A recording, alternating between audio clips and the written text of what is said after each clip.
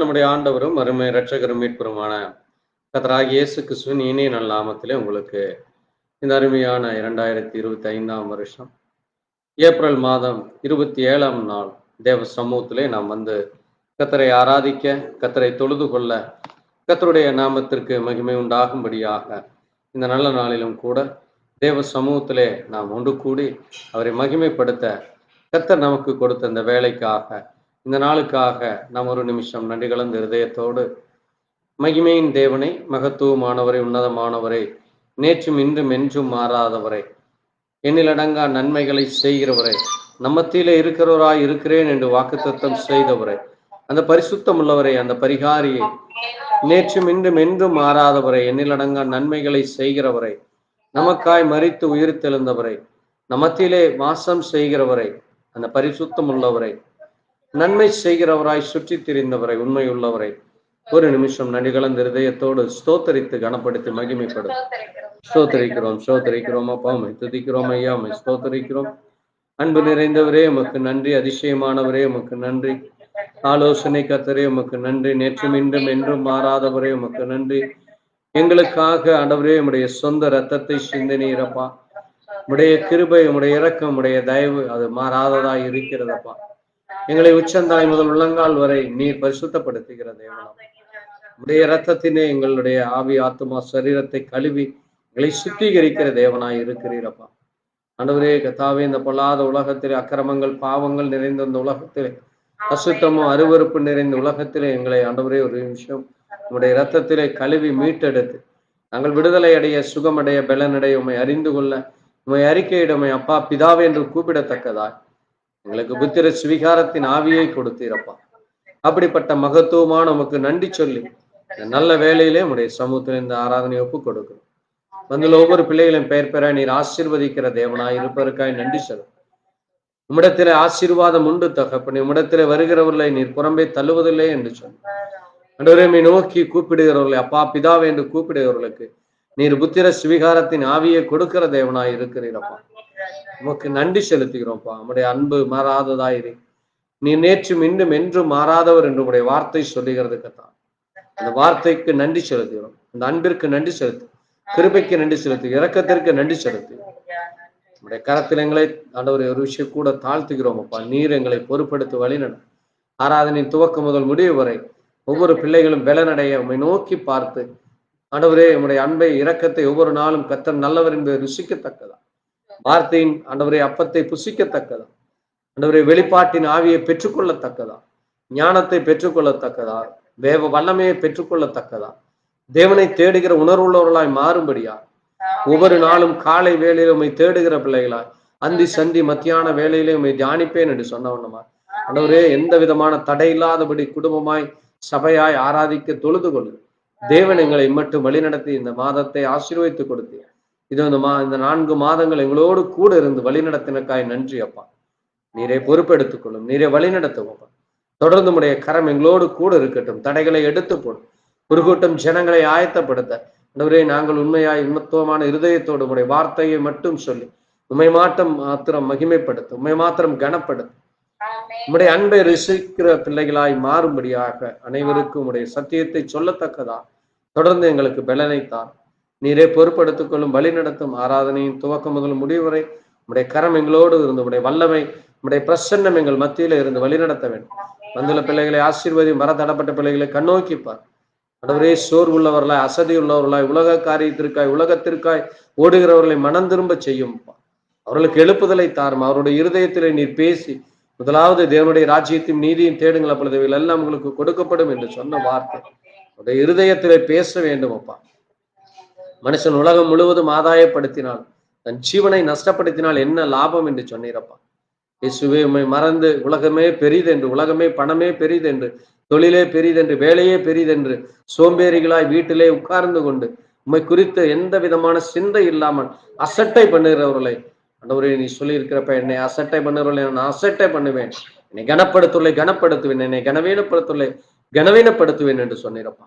ஆண்டவரே, நாங்கள் உண்மை கனவீனப்படுத்தி அழிந்து போகாதபடி, எங்களுடைய ஜீவன் உண்மை விட்டு எடுபட்டு போகாதபடி இயேசுவே உம்மை தேட வேண்டும் அப்பா.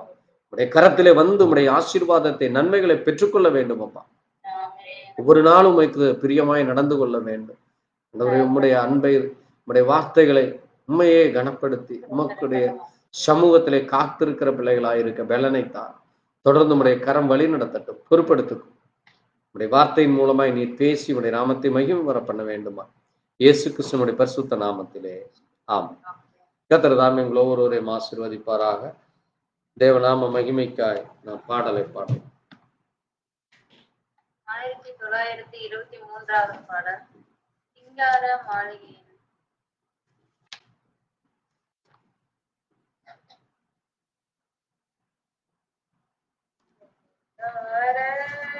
மாளிகையில் ஜெயகீதங்கள் பாடிடுவோம், சீயோன் மணவாளனுடன், சீயோன் மணவாளனுடன், சிங்கார மாளிகையில் ஜெயகீதங்கள் பாடிடுவோம், சீயோன் மணவாளனுடன், சீயோன் மணவாளனுடன். ஆனந்தம் பாடி அன்பரை சேர்த்து ஆறுதல் அடைந்திடுவோம்,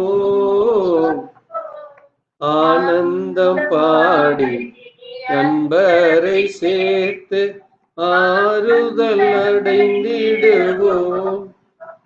அங்கே அலங்கார மகிமை கீடங்கள் சூடி அன்பரில் மகிழ்ந்திடும், அங்கே அலங்கார மகிமையின் கீடங்கள் சூடி அன்பர் மகிழ்ந்திடுவோம்.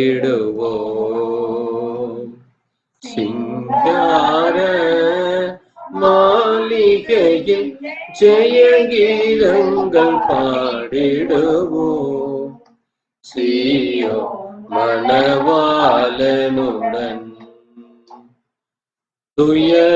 துயரப்பட்டவர் துதித்து பாடுவார் துதியின் உடையுடனே,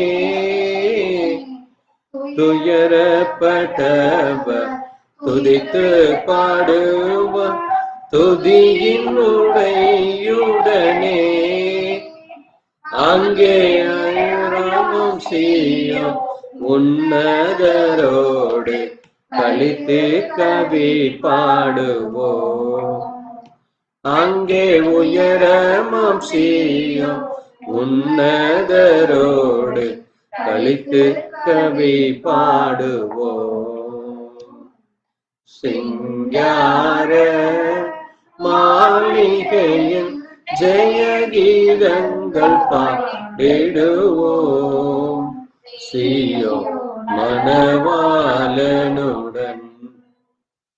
முள்மூடி நமக்கா அணிந்த இயேசு திருமுகம் கண்டிடுவோம்,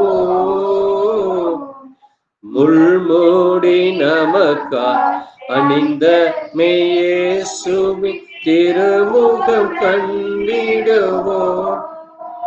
அங்கே முத்திரையிட்ட சுத்தர்கள் வெள்ளங்கி தரித்தோராய் துதித்திடுவார், அங்கே முத்திரையிட்ட சுத்தர்கள் வெள்ளங்கி தரித்தோராய் துதித்திடுவான்.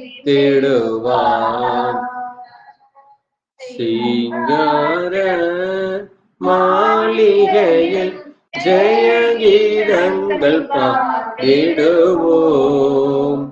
சீயோன் மணவாளனுடன் பூமியின் அரசை புது பாட்டாய் பாடி புன்னகை பூத்திடுவோம். பூமியின் அரசை புது பாட்டாய் பாடி புன்னகை பூத்திடுவோம். புது எண்ணெயால் அபிஷேகம் பண்ணப்பட்டோராய் மண்ணாசை ஒழித்திடுவோம். புது எண்ணெயால் அபிஷேகம் பண்ணப்பட்டோராய் மண்ணாசை ஒழித்திடுவோம். சிங்கார மாளிகையின் ஜெயகீதங்கள் பாடிடுவோம். சீயோன் மணவாளனுடன் அவர் உரைத்த அடையாளங்கள் எல்லாம் தவறாம் நடக்கின்றதே.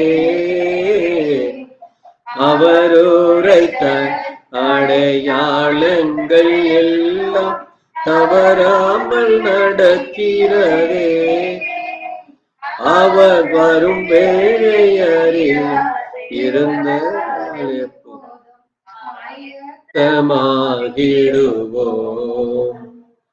அவர் வரும் வேளையறியா இருப்பதால் எப்போதும் ஆயத்தமாகிடுவோம். சிங்கார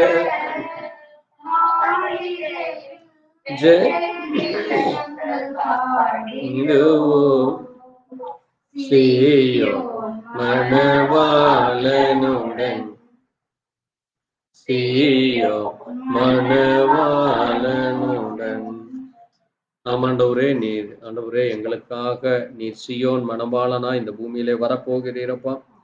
எங்கள் ஒவ்வொருவருக்காக ஆண்டவரே முள்முடி சுமந்து ஆண்டவரே உம்முடைய இரத்தத்தை சிந்தி ஆண்டவரே உம்முடைய இரத்தத்திலே கழுவி உம்முடைய தூதர்களாக ஆண்டவரே உம்முடைய தூதர்கள் கூட நீர் கைகூடாத தேவன் எங்களுக்கு நீர் கை கொடுத்தீரப்பா. எங்களை பரிசுத்தப்படுத்தும்படியா, எங்களை சுத்திகரிக்கும்படியா, எங்களை ஆண்டவரே உம்முடைய இரத்தத்திலே கழுவி ஆண்டவரே உம்முடைய மகனாய் மகளாய் நீர் ஏற்றுக்கொள்ளவே நீர் விதமாய் பாடுபட்டீரப்பா. நீ துக்கங்களை ஆண்டவரே பாடுகளை அனுபவித்தீரப்பா. இயேசுவே உம்முடைய பூமியிலே புது பாட்டை பாடும்படியாய் ஆண்டவரே உம்மை கனப்படுத்த மகிமைப்படுத்த எங்களை நீர் ஆயத்தப்படுத்தினீரப்பா. அதற்காய் நன்றி சொல். உம்முடைய அன்பிற்காய் நன்றி செலுத்து. உம்முடைய இரக்கத்திற்காய் நன்றி சொல். உம்முடைய கிருபைக்காய் நன்றி செலுத்து. உம்முடைய அன்பின் ஆவிக்காய் நன்றி செலுத்து. எங்களை ஒவ்வொருவரையும் ஆவியிலே நிரப்பிறக்காய் நன்றி சொல். எங்களை அபிஷேகத்தால் நிரப்பதற்காய் நன்றி செலுத்து. எங்களை பரிசுத்தமாக்கிறதுக்காய் நன்றி செலுத்து. பரலோகத்தில் எங்களுக்கு இடத்தை கொடுத்ததற்காய் நன்றி செலுத்துகிறோம். உம்முடைய சத்தியத்தால் நிரப்புவதற்காய் நன்றி செலுத்துகிறோம். சபையிலும் வீட்டிலும் சரீரத்திலும் சத்துருவை விரட்டினதனால் நன்றி செலுத்தி எங்களை பலன் கொடுத்ததற்காய் நன்றி செலுத்துகிறோம். உடைய இரக்கத்திற்கு நன்றி செலுத்துகிறோம். உடைய அன்பிற்கு நன்றி செலுத்துகிறோம். இந்த நாளை தந்த தேவனுக்கு ஸ்தோத்திரம். நல்வாழ்வு தந்த இறைவனுக்கு ஸ்தோத்திரம். இந்த நாளை தந்த தேவனுக்கு ஸ்தோத்திரம். நல்வாழ்வு தந்த இறைவனுக்கு ஸ்தோத்திரம். ஸ்தோத்திரம் ஸ்தோத்திரம் ஸ்தோத்திரம் ஸ்தோத்திரம் ஸ்தோத்திரம் உமக்கே ஸ்தோத்திரம். ஸ்தோத்திரம் உமக்கே ஸ்தோத்திரம். இந்த நாளை தந்த தேவனுக்கு ஸ்தோத்திரம். நல்வாழ்வு தந்த இறைவனுக்கு ஸ்தோத்திரம். நல்ல ஆராதனை தந்ததாலே ஸ்தோத்திரம். ஆடி பாடி மகிழ செய்தி ஸ்தோத்திரம். நல்ல ஆராதனை தந்ததாலே ஸ்தோத்திரம். ஆடி பாடி மகிழ செய்தி ஸ்தோத்திரம். சத்தியத்தால் நிரப்பியதால் ஸ்தோத்திரம். சத்தியத்தால் நிரப்பியதால் ஸ்தோத்திரம். சபை சத்துருவை விரட்டினதால், சபையில் சத்துருவை விரட்டின, சத்துருவை விரட்டியதால் ஸ்தோத்திரம். ஸ்தோத்திரம் உமக்கே ஸ்தோத்திரம். ஸ்தோத்திரம் உமக்கே ஸ்தோத்திரம். இந்த நாளை தந்த தேவனுக்கே ஸ்தோத்திரம். நல்வாழ்வு தந்த இறைவனுக்கே ஸ்தோத்திரம். அன்பினாவி எனக்கு தந்தே ஸ்தோத்திரம். சந்தோஷத்தால் நிரப்பினதால் ஸ்தோத்திரம். அன்பினாவி எனக்கு தந்தே ஸ்தோத்திரம். சந்தோஷத்தால் நிரப்பினதால் ஸ்தோத்திரம். கனிகளால் நிரப்பினதால் ஸ்தோத்திரம். கனிகளால் நிரப்பினார் ஸ்தோத்திரம். நல்ல மனிதனா வாழ வைத்தே ஸ்தோத்திரம். நல்ல மனிதனாக வாழ வைத்தே ஸ்தோத்திரம். வைத்தே ஸ்தோத்திரம். ஸ்தோத்திரம் உமக்கே ஸ்தோத்திரம். ஸ்தோத்திரம் உமக்கே ஸ்தோத்திரம். இந்த நாளை தந்த தேவனுக்கே ஸ்தோத்திரம். நல்வாழ்வு தந்த இறைவனுக்கே ஸ்தோத்திரம். ஆவியிலே நிறைவு தந்தே ஸ்தோத்திரம். அபிஷேகத்தால் நிரப்பினதால் ஸ்தோத்திரம். ஆவியிலே நிறைவு தந்தே ஸ்தோத்திரம். அபிஷேகத்தால் நிரப்பினதால் ஸ்தோத்திரம். பரிசுத்தமாக்கினதால் ஸ்தோத்திரம். என்னை பரிசுத்தமாக்கின ஸ்தோத்திரம். பரலோகத்தின் இடம் தந்தே ஸ்தோத்திரம். எனக்கு பரலோக இடம் தந்தே ஸ்தோத்திரம். ஸ்தோத்திரம் உமக்கே ஸ்தோத்திரம். ஸ்தோத்திரம் உமக்கே ஸ்தோத்திரம். இந்த நாளை தந்த தேவனுக்கு ஸ்தோத்திரம். நல்வாழ்வு தந்த இறைவனுக்கு ஸ்தோத்திரம். இந்த நாளை தந்த தேவனுக்கு ஸ்தோத்திரம். நல்வாழ்வு தந்த இறைவனுக்கு ஸ்தோத்திரம். ஆண்டவர் நமக்கு கொடுத்த இந்த நாளை, இந்த மாதத்தின் கடைசி நாளை, கடந்த 4 மாதங்கள் நம்மை காத்தவரை வருகிற புதிய மாதம் ஒரு ஆசீர்வாதம் மாத நாள். அன்பு, இரக்கம், தயவு, கிருபை நிறைந்த நாளாய் தேவ தயவு கிருபை நம்ம ஒவ்வொருவருக்கும் கிடைக்க தொடர்ந்து ஒவ்வொரு நாளும் அதிகாலை வேளையிலே ஜெபமும், சாயங்கால வேலை ஜெபமும், அந்தி சந்தி மத்தியான வேளையிலே வேதத்தை தியானிக்கவும், அதுபோல தேவனுடைய காரியங்களுக்காக நம்மை முழுவதுமாய் அர்ப்பணிக்கவும், புதன்கிழமை நடக்கிற வேத பகுதியிலே தவறாமல் கலந்து கொள்கிற அப்படிப்பட்ட சூழ்நிலைகளை கர்த்தர் நம்ம ஒவ்வொருவருக்கும் கொடுக்கும்படியா, உலக காரியங்களிலே உலகத்திலே ஈடுபடாதபடி, உலக சிந்தையிலே உலக மயக்கத்திலே விழுந்து போகாதபடி, இன்றைக்கு பிசாசானவன் எவனை விழுங்கலாமோ என்று வகைதேடி சுரிகிற இந்த நாட்களில் இப்படிப்பட்ட காரியத்திலிருந்து நம்ம ஒவ்வொருவரையும் விடுதலை செய்ய கர்த்தருடைய கரத்தில் ஒப்புக்கொடும். அதுபோல வெள்ளிக்கிழமை இந்த தேசத்திற்காய், ஜனங்களுக்காக ஒருவருக்காய் ஒருவர் செபியுங்கள், ஒருவர் பாரத்தை ஒருவர் சுமருங்கள், மற்றவர்களுக்கு அன்பு செலுத்துங்கள் என்று ஆண்டவர் சொல்லி இருக்கிறார். ஆனால் அதை குறித்து அக்கறையே இல்லாதபடி நம்முடைய ஜீவியம் இருக்குமானால், நமக்காக மட்டும் ஜெபித்து நமக்கு மட்டும் ஆசீர்வாதம் போந்தும் என்று நினைத்து கொண்டு இருந்தோமானால், தேவன் நம்முடைய ஜீவியத்திலே எந்த விதமான பெரிய காரியங்களை செய்ய அவர் யோசிப்பார். ஏனென்றால் தேவன் எல்லாருக்கும் பொதுவானது போல நாமும் எல்லோரிடத்திலும் பழக வேண்டும், ஒருவருக்கு ஒருவர் அன்பு கூற வேண்டும். அதுவே பிரதான கட்டளை என்று சொல்லி இருக்கிறார். அழிந்து போகிற ஆத்துமாக்களுக்காக, ஜனங்களுக்காக நாம் பரிதவிக்காமல் இருந்தால் அது ஒரு உண்மையான தேவ அன்பு இல்லை. அது கிறிஸ்தவனுடைய ஜீவியம் இல்லை. அது போலியான ஜீவியம். அது அந்தி கிறிஸ்துவனுடைய ஆவி நம்மை வஞ்சித்து கொண்டிருக்கிறது. அந்தி கிறிஸ்துவானவன் எவனை விழுங்கலாமோ என்று அவன் வகைதேடி சுற்றி திரிகிறான். அவனே ஏமாற்றி கொண்டு ஜனங்களை விசுவாசித்தால், நம்பினால் போதும் என்று சொல்லி உலகத்தை காரியத்தை அவன் கொடுத்து அவன் ஜனங்களை ஏமாற்றி கொண்டிருக்கிறான். ஆனால் அது அல்ல ஜீவியம்.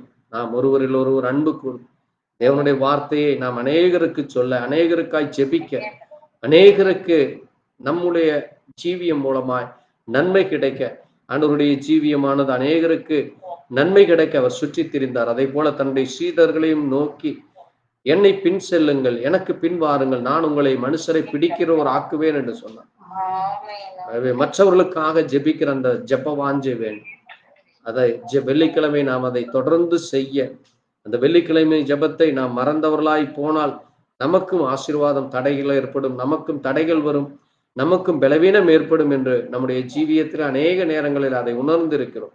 ஆகவே வரும் நாட்களிலே அப்படிப்பட்ட பலவீனமோ அப்படிப்பட்ட தடையோ இல்லாதபடி தொடர்ந்து அந்த 1 மணி நேர ஜெபமானது, அந்த வெள்ளிக்கிழமை உபவாசம் என்பது அது இன்றைக்கு அநேக இடங்களிலே தடை செய்யப்பட்டிருக்கிறது, தடையானது இருக்கிறது. அந்த தடைகளை கர்த்தர் எடுத்து போடும்படியா அந்த காரியங்களுக்காய், தேவ சபைகளுக்காய், பிள்ளைகளுக்காய் இந்த 4 மாதங்கள் கர்த்தர் நம்மை ஆசீர்வதித்திருக்கார், வழிநடத்திருக்கார்.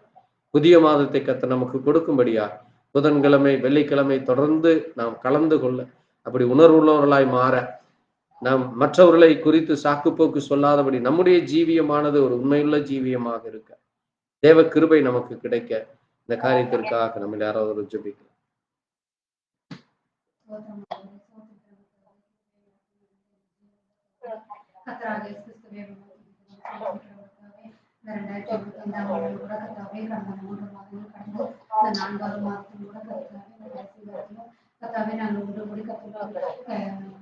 தேவனை துதிக்க கற்றுக்கொண்டு போராடப்படும் நன்றி கர்த்தாவே. இயேசுவே சோத்திக்கிறோம் கர்த்தாவே. எங்களடங்காத அதிசயம் அற்புதத்தை செய்த தேவன் கர்த்தாவே. ஆண்டவரே முன்பாக நாங்கள் ஒன்றும் இல்லை கர்த்தாவே, நாங்கள் ஒன்றும் கொண்டு வந்ததில்லை, ஒன்று கொண்டு போவதும் இல்லை கர்த்தாவே. நீங்கள் ஒருவர் மாத்திரமே கர்த்தாவே எங்களுக்கு கர்த்தாவே. ஆண்டவரே சோத்திக்கிறோம் கர்த்தாவே. என்னுடைய உச்சங்களை உள்ளங்கள் வரை கர்த்தாவே ஒவ்வொரு அவைகளை பரிசுத்தப்படுத்தி பலப்படுத்தும் கர்த்தாவே. எங்களில் உள்ள குற்றங்கள் குறைகள் உமக்கு பிடிக்காத காரியங்கள் எதையும் செய்தால் கூட ஒரு சில நன்மை கர்த்தாவே. ஆண்டவரே இனி அந்த காரியங்கள் செய்யாதபடி பரிசுத்தப்படுத்தி பலப்படுத்தும் கர்த்தாவே. முதலாவது தேவனுடைய ராஜ்யத்தின் மீது திரள்கள் அப்பொழுதெல்லாம் கூட கொடுக்கப்படும் என்று சொன்னீரே கர்த்தாவே. ஆண்டவரே உங்களை தேடும் பொழுது கர்த்தாவே எங்களுக்கு அதிகமாக ஆசீர்வாதத்தை தர வல்லவராய் இருக்கிறீர் கர்த்தாவே. ஆண்டவரே சோத்திக்கிறோம் கர்த்தாவே.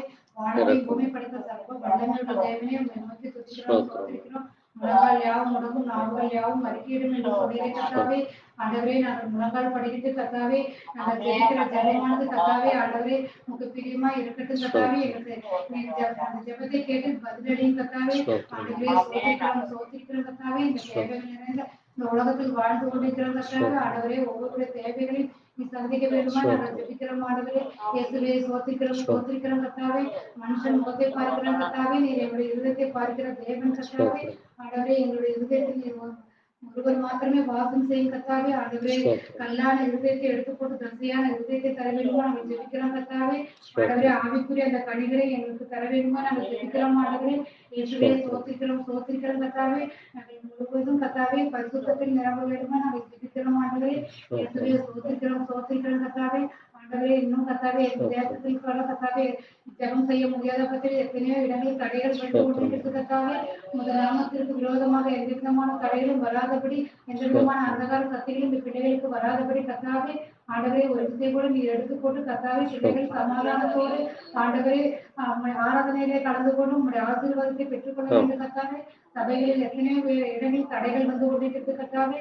எத்தனையோ இடங்களில் கர்த்தாவே ஆண்டவரே சபைகளில் கூட கர்த்தாவே ஆண்டவரே உங்களது மனதோடு ஜெபிக்க முடியாதபடி கர்த்தாவே. ஆண்டவரே அவருக்கு பண தேவைகளாலும் பொருளாதார சூழ்நிலைகளாலும் கர்த்தாவே ஆண்டவரே ஒவ்வொரு குடும்பத்துக்காகவும் கூட நாங்கள் ஜெபிக்கிறோம் கர்த்தாவே. அவருக்கு வேண்டிய பண தேவைகளை சந்திக்க வேண்டுமா நாங்கள் ஜெபிக்கிறோம் ஆண்டவரே. ஒவ்வொரு இடங்களிலும் கர்த்தாவே பைபிள் வாங்க முடியாதபடி, பாட்டு புத்தகம் வாங்க முடியாதபடி கர்த்தாவே, தசமபாகத்தை கொடுக்க முடியாதபடி எத்தனையோ இடங்களில் கர்த்தாவே சபையில் இருக்கிறது கர்த்தாவே. அந்த பிள்ளைகளுக்காக கூட நாங்கள் ஜெபிக்கிறோம் கர்த்தாவே. ஆண்டவரே அவருக்கு வேண்டிய பண தேவையை சந்திக்க வேண்டும். அவர் கப்பத்தின் தண்ணீரையும் ஆசீர்வதியும் கர்த்தாவே. இயேசுவே சோத்திக்கிறோம் கர்த்தாவே. ஒவ்வொருவரும் கர்த்தாவே வேலைக்கு சென்று அந்த தசமபாகத்தையும் காணிக்கையும் சரியானபடி தந்து கர்த்தாவே அவர்களுக்கு அந்த ஆசீர்வாதத்தை தர வேண்டுமா நாங்கள் ஜெபிக்கிறோம் ஆண்டவரே. இயேசுவே சோத்திக்கிறோம் கர்த்தாவே. எத்தனையோ பிள்ளைகள் கர்த்தாவே மனம் விரும்பாத ஜனங்கள் இருக்கிறார்கள் கர்த்தாவே. அவர்களும் மனம் விரும்பட்டும் கர்த்தாவே. உங்களுடைய வார்த்தையானது கர்த்தாவே எல்லா இடங்களிலும் கொண்டு செல்கிற கருவியை எங்களை பயன்படுத்தும் கர்த்தாவே. ஒவ்வொருவரும் கர்த்தாவே ஆண்டவரே உங்களுடைய வார்த்தையை கேட்க வேண்டும். அது அதிசயம் உண்டு, அற்புதம் உண்டு என்று எல்லா ஜனங்களும் உணர்வுக்கு தர வேண்டுமா நாங்கள் ஜெபிக்கிறோம் ஆண்டவரே. அந்த இருளுள்ள ஜனங்கள் எல்லாம் வெளிச்சத்தை காணும்படி கர்த்தர் ஒவ்வொரு கண்களையும் திறக்க வேண்டுமா நாங்கள் ஜெபிக்கிறோம் ஆண்டவரே. சபை கூடுதலை விட்டு விலகாதபடி ஒவ்வொருவரும் கர்த்தாவே சபையிலே கூடி ஆராதனையிலே கலந்து கொள்ள வேண்டுமா நாங்கள் ஜெபிக்கிறோம் ஆண்டவரே. அதன் மூலம் அநேக ஆசீர்வாதங்களை பெற்றுக்கொள்ள வேண்டும், அநேக காரியங்கள் பிள்ளைகளுக்கு கிடைக்க வேண்டுமா நாங்கள் ஜெபிக்கிறோம் ஆண்டவரே. வேதத்தில் எத்தனையோ காரியங்கள் நீ சொல்லியிருக்கே கர்த்தாவே. ஆண்டவரே எல்லா காரியங்களும் எங்களுக்கு தெரியாமல் இருக்கிறது கர்த்தாவே. ஆண்டவரே நீர் அந்த வேதத்தில் உள்ள காரியங்கள் எல்லாம் கர்த்தாவே தர வேண்டுமா, ஞானத்தையும் புத்தியும் தர வேண்டுமா நாங்கள் ஜெபிக்கிறோம் கர்த்தாவே. இயேசுவே சோதிக்கிறோம் கர்த்தாவே.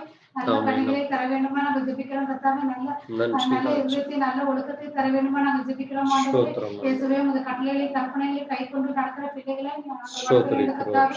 இயேசுவே சோதிக்கிறோம் கர்த்தாவே. அனுதினமும் வேத வாசத்திலும் ஜெபத்திலும் தனிப்பட்ட வாழ்விலும் உமக்கு பிரியமாய் நடத்த வேண்டும் கர்த்தாவே. இயேசுவே சோதிக்கிறோம் கர்த்தாவே. இந்த இடத்தை தந்த கூட நன்றி ஆண்டவரே. இங்க வந்து ஒரு ஆசீர்வாதம் புதன்கிழமை நடக்கிற வேத பாடத்திலும், வெள்ளிக்கிழமை நடக்கிற உபவாச ஜெபத்திலும், ஞாயிற்றுக்கிழமை நடக்கிற பரிசுத்த ஆராதனையிலும், மாதந்தோறும் நடக்கிற ராபோஜன பட்டியலும் உங்களுடைய கிருபை இருக்கட்டும் கர்த்தாவே. வந்து போகிற ஒவ்வொரு பிள்ளைகளையும் ஆசீர்வதியும், அங்கு வந்து போகிற ஒவ்வொரு ஊழியக்காரர்களையும் ஆசீர்வதியும் கர்த்தாவே. ஆண்டவரே ஒவ்வொருவரையும் ஆசீர்வதித்து பலப்படுத்தும், ஒவ்வொருவருடைய தேவைகளையும் சந்திக்கப்படட்டும் ஆண்டவரே. இந்த தேசத்திலும் ஒரு பெரிய எடுப்பதை உண்டு பண்ண வேண்டுமா நாங்கள் ஜெபிக்கிறோம் கர்த்தாவே. மனதிருப்பதன் ஜனங்கள் இந்த தேசத்திலே மனம் திரும்ப வேண்டுமா நாங்கள் ஜெபிக்கிறோம். ஒவ்வொரு அதிகாரிகளும் மனம் திரும்ப கர்த்தாவே. இயேசுவே சோதிக்கிறோம் கர்த்தாவே. ஆண்டவரே இந்த தேசமானது கர்த்தாவே ஒரு அழிவின் பாதைக்கு போகாதபடி கர்த்தாவே ஒரு நித்திய ஜீவனுக்கு நாங்கள் ஜெபிக்கிறோம் ஆண்டவரே. கர்த்தாவே ஒவ்வொருவரும் அதிகமாக ஜெபிக்க கர்த்தர் கிருபை தரட்டும் கர்த்தாவே. ஆண்டவரே தங்களுடைய காரணம் சமூகத்தில் ஒப்புவிக்கிறோம், உமக்கே செலுத்துகிறோம். ஆண்டவர் கர்த்தராகிய இயேசு நாமத்தில் வேண்டுகிறோம் பிதாவே. ஆமென். தேவன் நம் ஜெபத்தை கேட்டதற்காக ஸ்தோத்திரிப்போம். ஸ்தோத்திரம் அப்பா. எங்களுக்கு ஆண்டவரே உம்முடைய நாமத்தை சொல்லி ஆண்டவரே துதிக்க, ஸ்தோத்திரிக்க, ஜெபிக்க எங்கள் உதடுகளை திறந்ததற்காய் நன்றி அப்பா. எங்களுக்குள்ள எல்லா ஆண்டவரே கர்த்தாவே தேவைகளை நீர் ஜெபத்தின் மூலமாய் கேட்டு எங்கள் வேண்டுதலை விண்ணப்பத்தை பதிலளிக்கிறக்காய் ஸ்தோத்திரம் அப்பா. ஆண்டவரே இன்றைக்கு பிசாசானவன் ஜனங்களை ஜெபிக்க கூட செய்ய முடியாதபடி வாய்களை அடைத்து போட்டு ஆண்டவரே வாய்களை திறக்க முடியாதபடி அவன் எவ்வளவாக கொடுமை செய்து கொண்டு வருகிறான் அப்பா. நாங்கள் அப்படிப்பட்ட ஆண்டவரே அடைபட்ட வாயாய் அமைதியா இருக்காதபடி ஆண்டவரே நாங்கள் வாய்களை திறந்து நாங்கள் ஆண்டவரே ஜெபிக்க வேண்டும் அப்பா. ஜெபத்தின் மூலமாகவே நாங்கள் அநேக காரியங்களை பெற்றுக்கொள்ள ஜெபிக்கிற ஆண்டவரே ஜெப வீரர்களாய் எங்களை மாற்றுவோம். பரிசுத்தாவின் வல்லமை நிரம்பணும் ஆண்டவரே. நீர் அநேக நேரங்களிலே ஆண்டவரே நீர் தனிமையிலே சென்று ஜெபித்து கொண்டே இருந்தீரப்பா. ஜனங்களுக்காக, அக்கிரமக்காரர்களுக்காய், பாவங்களில் இருக்கிறவர்களுக்கு ஆண்டவரே சுகம் கிடைக்க, பலன் கிடைக்க, வல்லமை கிடைக்க, அற்புதம் காண, அதிசயம் காண, ஆசீர்வாதம் பெற்றுக்கொள்ள நீர் ஜெபித்தீரப்பா. நாங்களும் அப்படி ஜெபிக்க வேண்டும் அப்பா. அந்த ஜெப வல்லமை எங்களுக்கு தாருமப்பா. ஜெபிக்காதவன் ஆண்டவரே அவன் ஒரு தேவனை அறியாத ஜனமாய் இருக்கிறானப்பா. ஜெபிக்காதவன் அவனு தேவனை குறித்து உணர்வில்லாதவனாய் இருக்கிறானப்பா. ஜெபம் என்றால் என்ன என்று அறியாத ஒரு உமையனை போல் இருக்கக்கூடாது ஆண்டவரே. நாங்கள் வாய்களை திறந்து ஜெபிக்க எங்களுக்கு நீர் சொல்லித்தாரோம். இன்னும் நாங்கள் குழந்தையை போல ஆண்டவரே அமைதியாய் இருக்காதபடி நாங்கள் ஆண்டவரே ஒவ்வொரு நாளும் உற்சாகத்தோடு ஜெபிக்க வேண்டும். உண்மையான உத்தமமான இதயத்தோடு ஜெபிக்க வேண்டும் அப்பா. தேவன் இரக்கம் பாராட்டும் அப்பா. எல்லா சோர்வுகளை எடுத்து போடும், பலவீனங்களை எடுத்து போடும். தேவ இரக்கம் தொடர்ந்து கிடைக்கட்டும். நீரை மகிமைப்படும் இயேசு கிறிஸ்துவின் நாமத்திலே ஆம். நாம் எழுந்து நின்று ஒரு பாடலை பாடி கர்த்தரை மகிமைப்படுத்தி நாம் தொடர்ந்து தேவ செய்திக்குள்ளாய் கடந்து செல்லலாம்.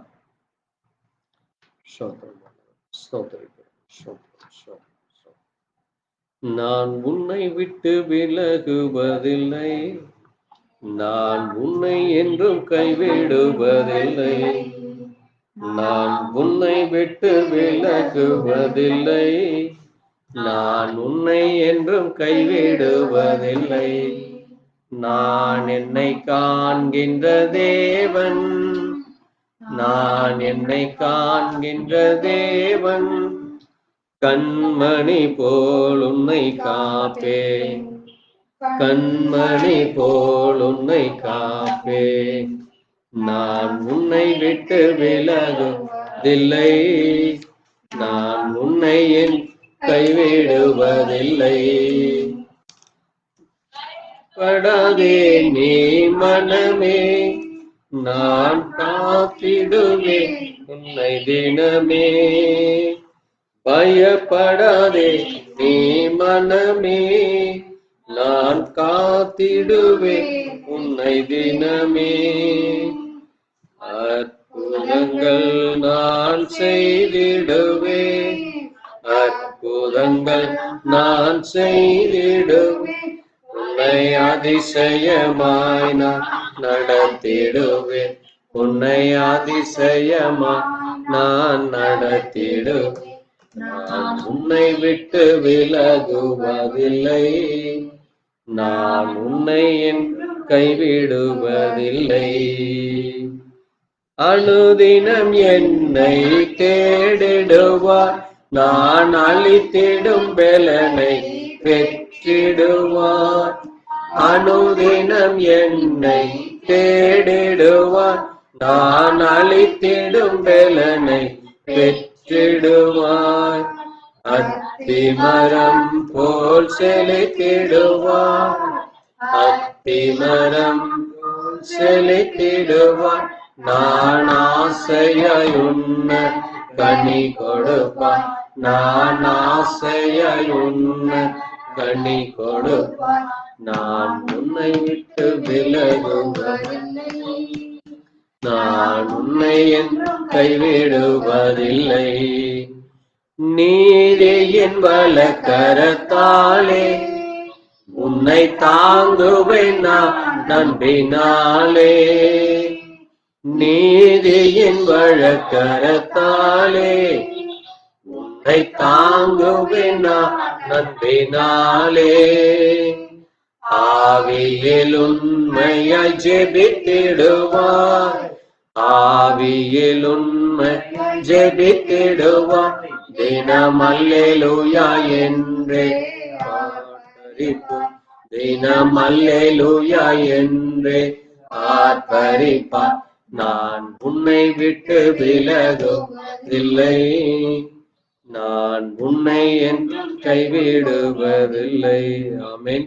நன்றி அப்பா, உம்மை துதிக்கிறோம். நீரை பொறுப்படுத்தி வழி நடத்தும் இயேசு கிறிஸ்துவின் நாமத்திலே ஆமென்.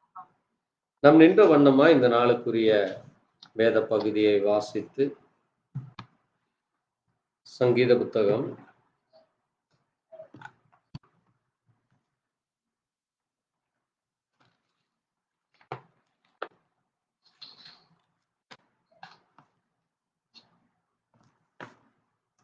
95 மாறி மாறி வாசிக்கலாம். 95. கர்த்தரை கம்பீரமாய் பாடி நம்முடைய இரட்சணிய கண்மலையை சங்கீர்த்தனம் பண்ண கடவோம் வாருங்கள். உயர்த்தினுடனே அவர் சந்நிதிக்கு முன்பாக வந்து சங்கீதங்களை அவரை ஆர்ப்பரித்து பாட கடவோம். கர்த்தரே மகாதேவனும் எல்லா தேவர்களுக்கும் மகாராஜனுமாய் இருக்கிறார். பூமியின் ஆழங்கள் அவர் கையில் இருக்கிறது, பர்வதங்களின் உயரங்களும் அவருடையது. சமுத்திரமும் அவருடையது, அவரே அதை உண்டாக்கினார். வெட்டாந்தரையும் அவருடைய கரம் உருவாக்கிற்று.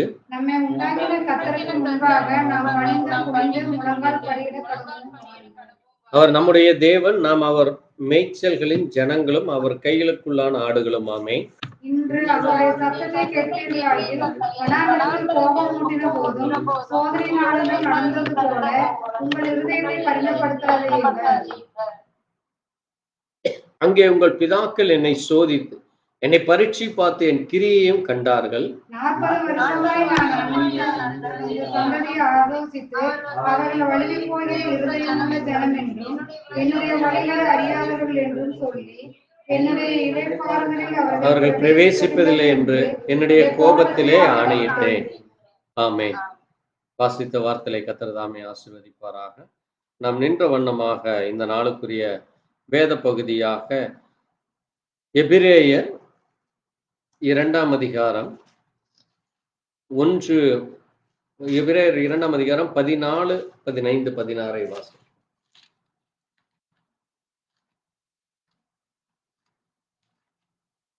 ஆதலால் பிள்ளைகள் மாம்சத்தையும் இரத்தத்தையும் உடையவர்களாய் இருக்க அவரும் அவர்களைப் போல மாம்சத்தையும் இரத்தத்தையும் உடையவர்களானார்.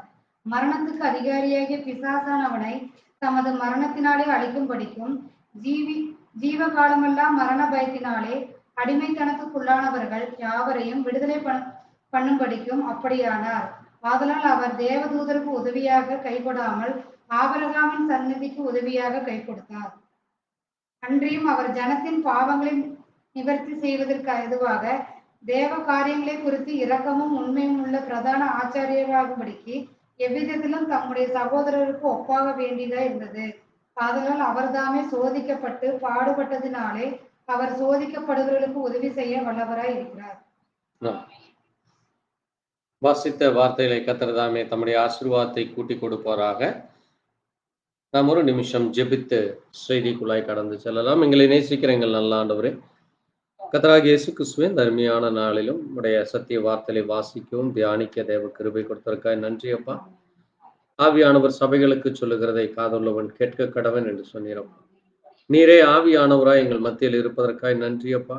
நீரே வார்த்தையான தேவன், நீரே வார்த்தை அதனுடைய மகிமையை, மகத்துவங்களை, அன்பை, இரக்கத்தை, அதனுடைய நன்மைகளை நாங்கள் அறிந்து கொள்ள நீதாமே எங்கள் மத்தியிலே ஜீவிக்கிற தேவனாய் இருந்து வார்த்தையை வெளிப்படுத்தும். அதை கேட்கிற ஜனங்களும் ஒவ்வொருவரும் விசுவாசம் உள்ளவர்களாய் அந்த வார்த்தை அது எனக்காய் சொல்லப்பட்டது, என் ஜீவியத்திலே என் தேவன் எனக்கு இப்படிப்பட்ட காரியத்தை செய்திருக்கிறார், ஆகவே நான் ஒரு காலம் அவரை மறவேன் என்று சொல்லி அந்த வார்த்தைக்காய் உறுதியாய் நிற்கிறவர்கள், விசுவாசத்திலே பலனடைகிறவர்களா, இன்னும் ஆண்டவரே உம்முடைய அன்பை ருசிக்கத்தக்கதா, உம்மை பின்பற்றும்படியா, உம்முடைய நன்மைகளை, ஆசீர்வாதங்களை, கிருபைகளை, இரக்கங்களை பெற்றுக்கொள்ளும் தேவதயவு தொடர்ந்து உம்முடைய பிள்ளைகளுக்கு கிடைக்க வேண்டுமா இயேசு கிறிஸ்துவினுடைய பரிசுத்த நாமத்திலே ஆம். நீங்கள் உட்காரலாம். ஆண்டவராகிய இயேசு கிறிஸ்து நாமத்திலே உங்களோருக்கு மறுபடியும் வாழ்த்து சொல்லுகிறேன். இந்த நேரத்திலும் நாம் வாசித்த இந்த வார்த்தையிலே மிக முக்கியமான ஒரு சில காரியங்களை குறித்து நாம் தியானிக்க போகிறோம். அது நாம் கடந்த நாட்களிலே அங்கே ஆண்டவராகிய இயேசு கிறிஸ்து எவ்விதமாக அங்கே தன்னுடைய ஜனங்களுக்காக இந்த பூமியிலே அவர் தன்னுடைய நாமத்தை தன்னுடைய பிள்ளைகளுக்கு எவ்விதமாய் அவர் காரியங்களை செய்தார், எப்படி அவர் நடந்து கொண்டார், எப்படி அவருடைய மரணம் இருந்தது, அவருடைய மரணத்தினாலே நமக்கு என்ன விதமான காரியங்கள் ஏற்பட்டது என்று நம்ம தியானித்து கொண்டு வருகிறோம். அதில் மிக முக்கியமாக இன்றைக்கு நாம் வாசித்த இந்த வார்த்தையிலே ஒரு முக்கியமான காரியத்தை நாம் வாசிக்கிற பொழுது அங்கே பவுல் சொல்லுகிறார். அதை முக்கியமாக நாம் வாசிக்கிற பொழுது பாருங்கள், பிள்ளைகள் மாம்சத்தையும் இரத்தத்தையும் உடையவராய் இருப்பது போல அவரும் என்னானாராமாம். அவர் நம்மை போல ஒரு மனிதனாக அவர் இந்த பூமியிலே வர வேண்டியவராக இருந்தார். நம்மை போல, ஏனென்றால் மனித இரத்தமே அல்லாமல் மிருக இரத்தமோ அல்லது வேறு எந்த இரத்தமோ மனிதனுடைய பாவத்தை போக்காது. மனிதனுடைய பாவத்தை, அக்கிரமத்தை, தேவனுக்கும் நமக்கும் இடையிலே இருக்கிற அந்த பிளவை ஒன்று சேர்த்துகிற அந்த பிளவுக்காக தேவன் நம்மை பரிசுத்தப்படுத்தும்படியாக, நம்ம அவரோடு கூட இணைக்கும்படியாக தேவன் நமக்கு கிருபை கொடுக்கிறார். அந்த கிருபை, அந்த இரக்கமானது நாம் பெற்றுக்கொள்ள அங்கே இந்த இடத்துல நாம் வாசிக்கிற பொழுது எபிரேயர் நாம் ஒரு முக்கியமான காரியத்திலே பார்க்கிற பொழுது 15ஆம் வசனம் சொல்லுது, ஜீவ காலமெல்லாம், எப்பொழுதெல்லாம், அது எந்த ஒரு மனிதனானாலும் சரி, ஆண்டவரை அறிந்தவனானாலும் சரி, அறியாதவனாலும் சரி, அல்லது எந்த மதமோ ஜாதியோ இனமோ அல்லது ஏழை பணக்காரன் அல்லது எவ்வளவு பெரிய ஒரு நபரா இருந்தாலும் அந்த மனிதன், ஆண் பெண் யாரானாலும் சரி, அவர்கள் இந்த பூமியிலே ஜீவிக்கிற நாள் எல்லாம் அவர்களுக்கு என்ன இருந்ததாமா?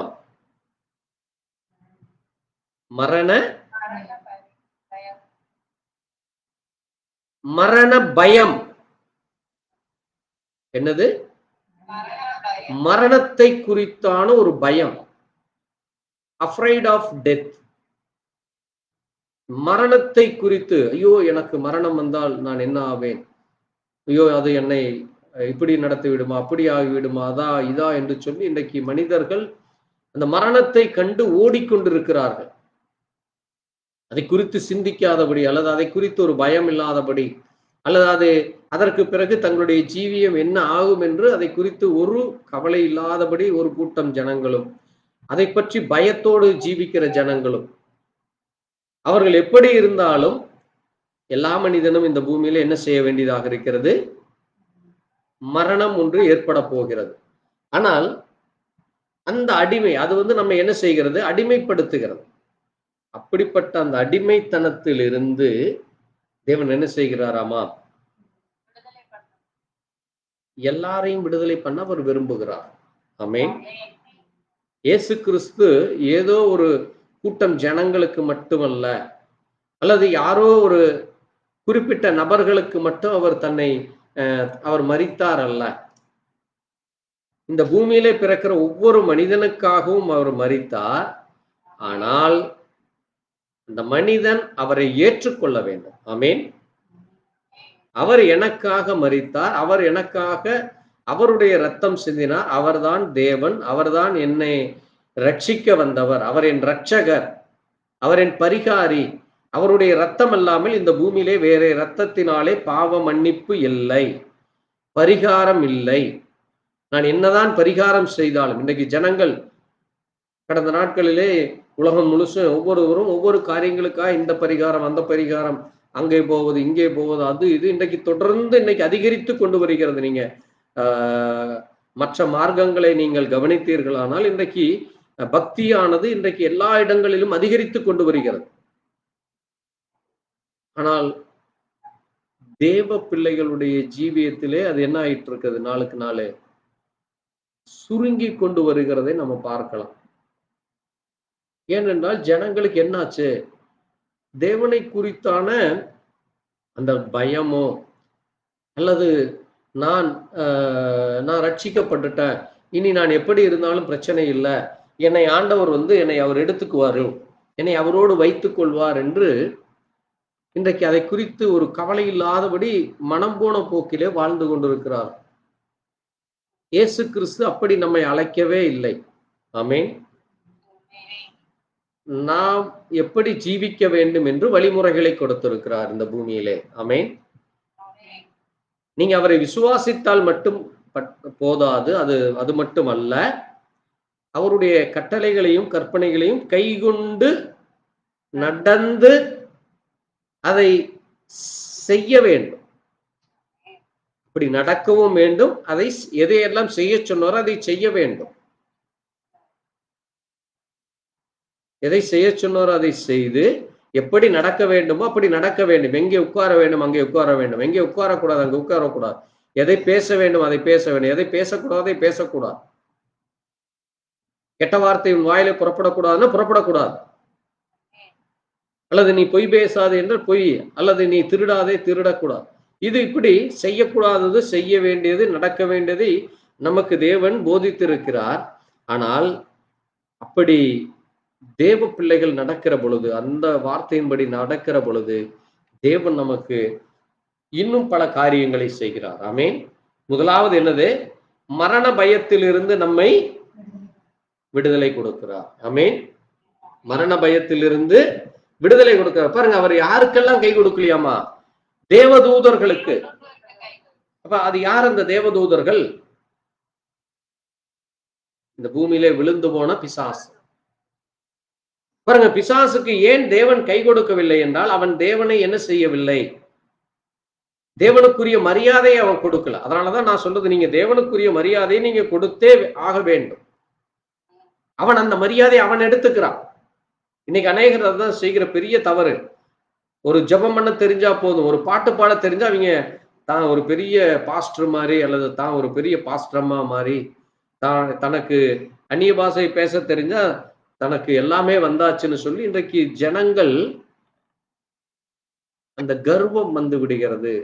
அல்லது அந்த ஒருமனம்னா என்ன, சகோதர ஐக்கியம்னா என்ன, சபைனா என்ன, யாரைக்கு நம்ம கீழ்ப்படிந்து நடக்க வேண்டும், சபையில எப்படி நடக்க வேண்டும், குடும்பத்தில் எப்படி நடக்க வேண்டுங்கிற அந்த சரியான தெரியாதபடி விழுந்து விடுகிறார். எப்படி ஒரு தொழில் தொடங்குறதுக்கு 2 மாசம் 4 மாசம் அனுபவம் வச்சு இன்னைக்கு அநேகர் நீங்க பார்க்கலாம். இன்னைக்கு லேட்டஸ்டா புது ட்ரெண்ட் என்னது? யூடியூபர்ஸ். மொபைல் இருந்தா போதும், அவன் யூடியூபர் ஆகி கோடி கோடியா சம்பாதிக்கிறான்.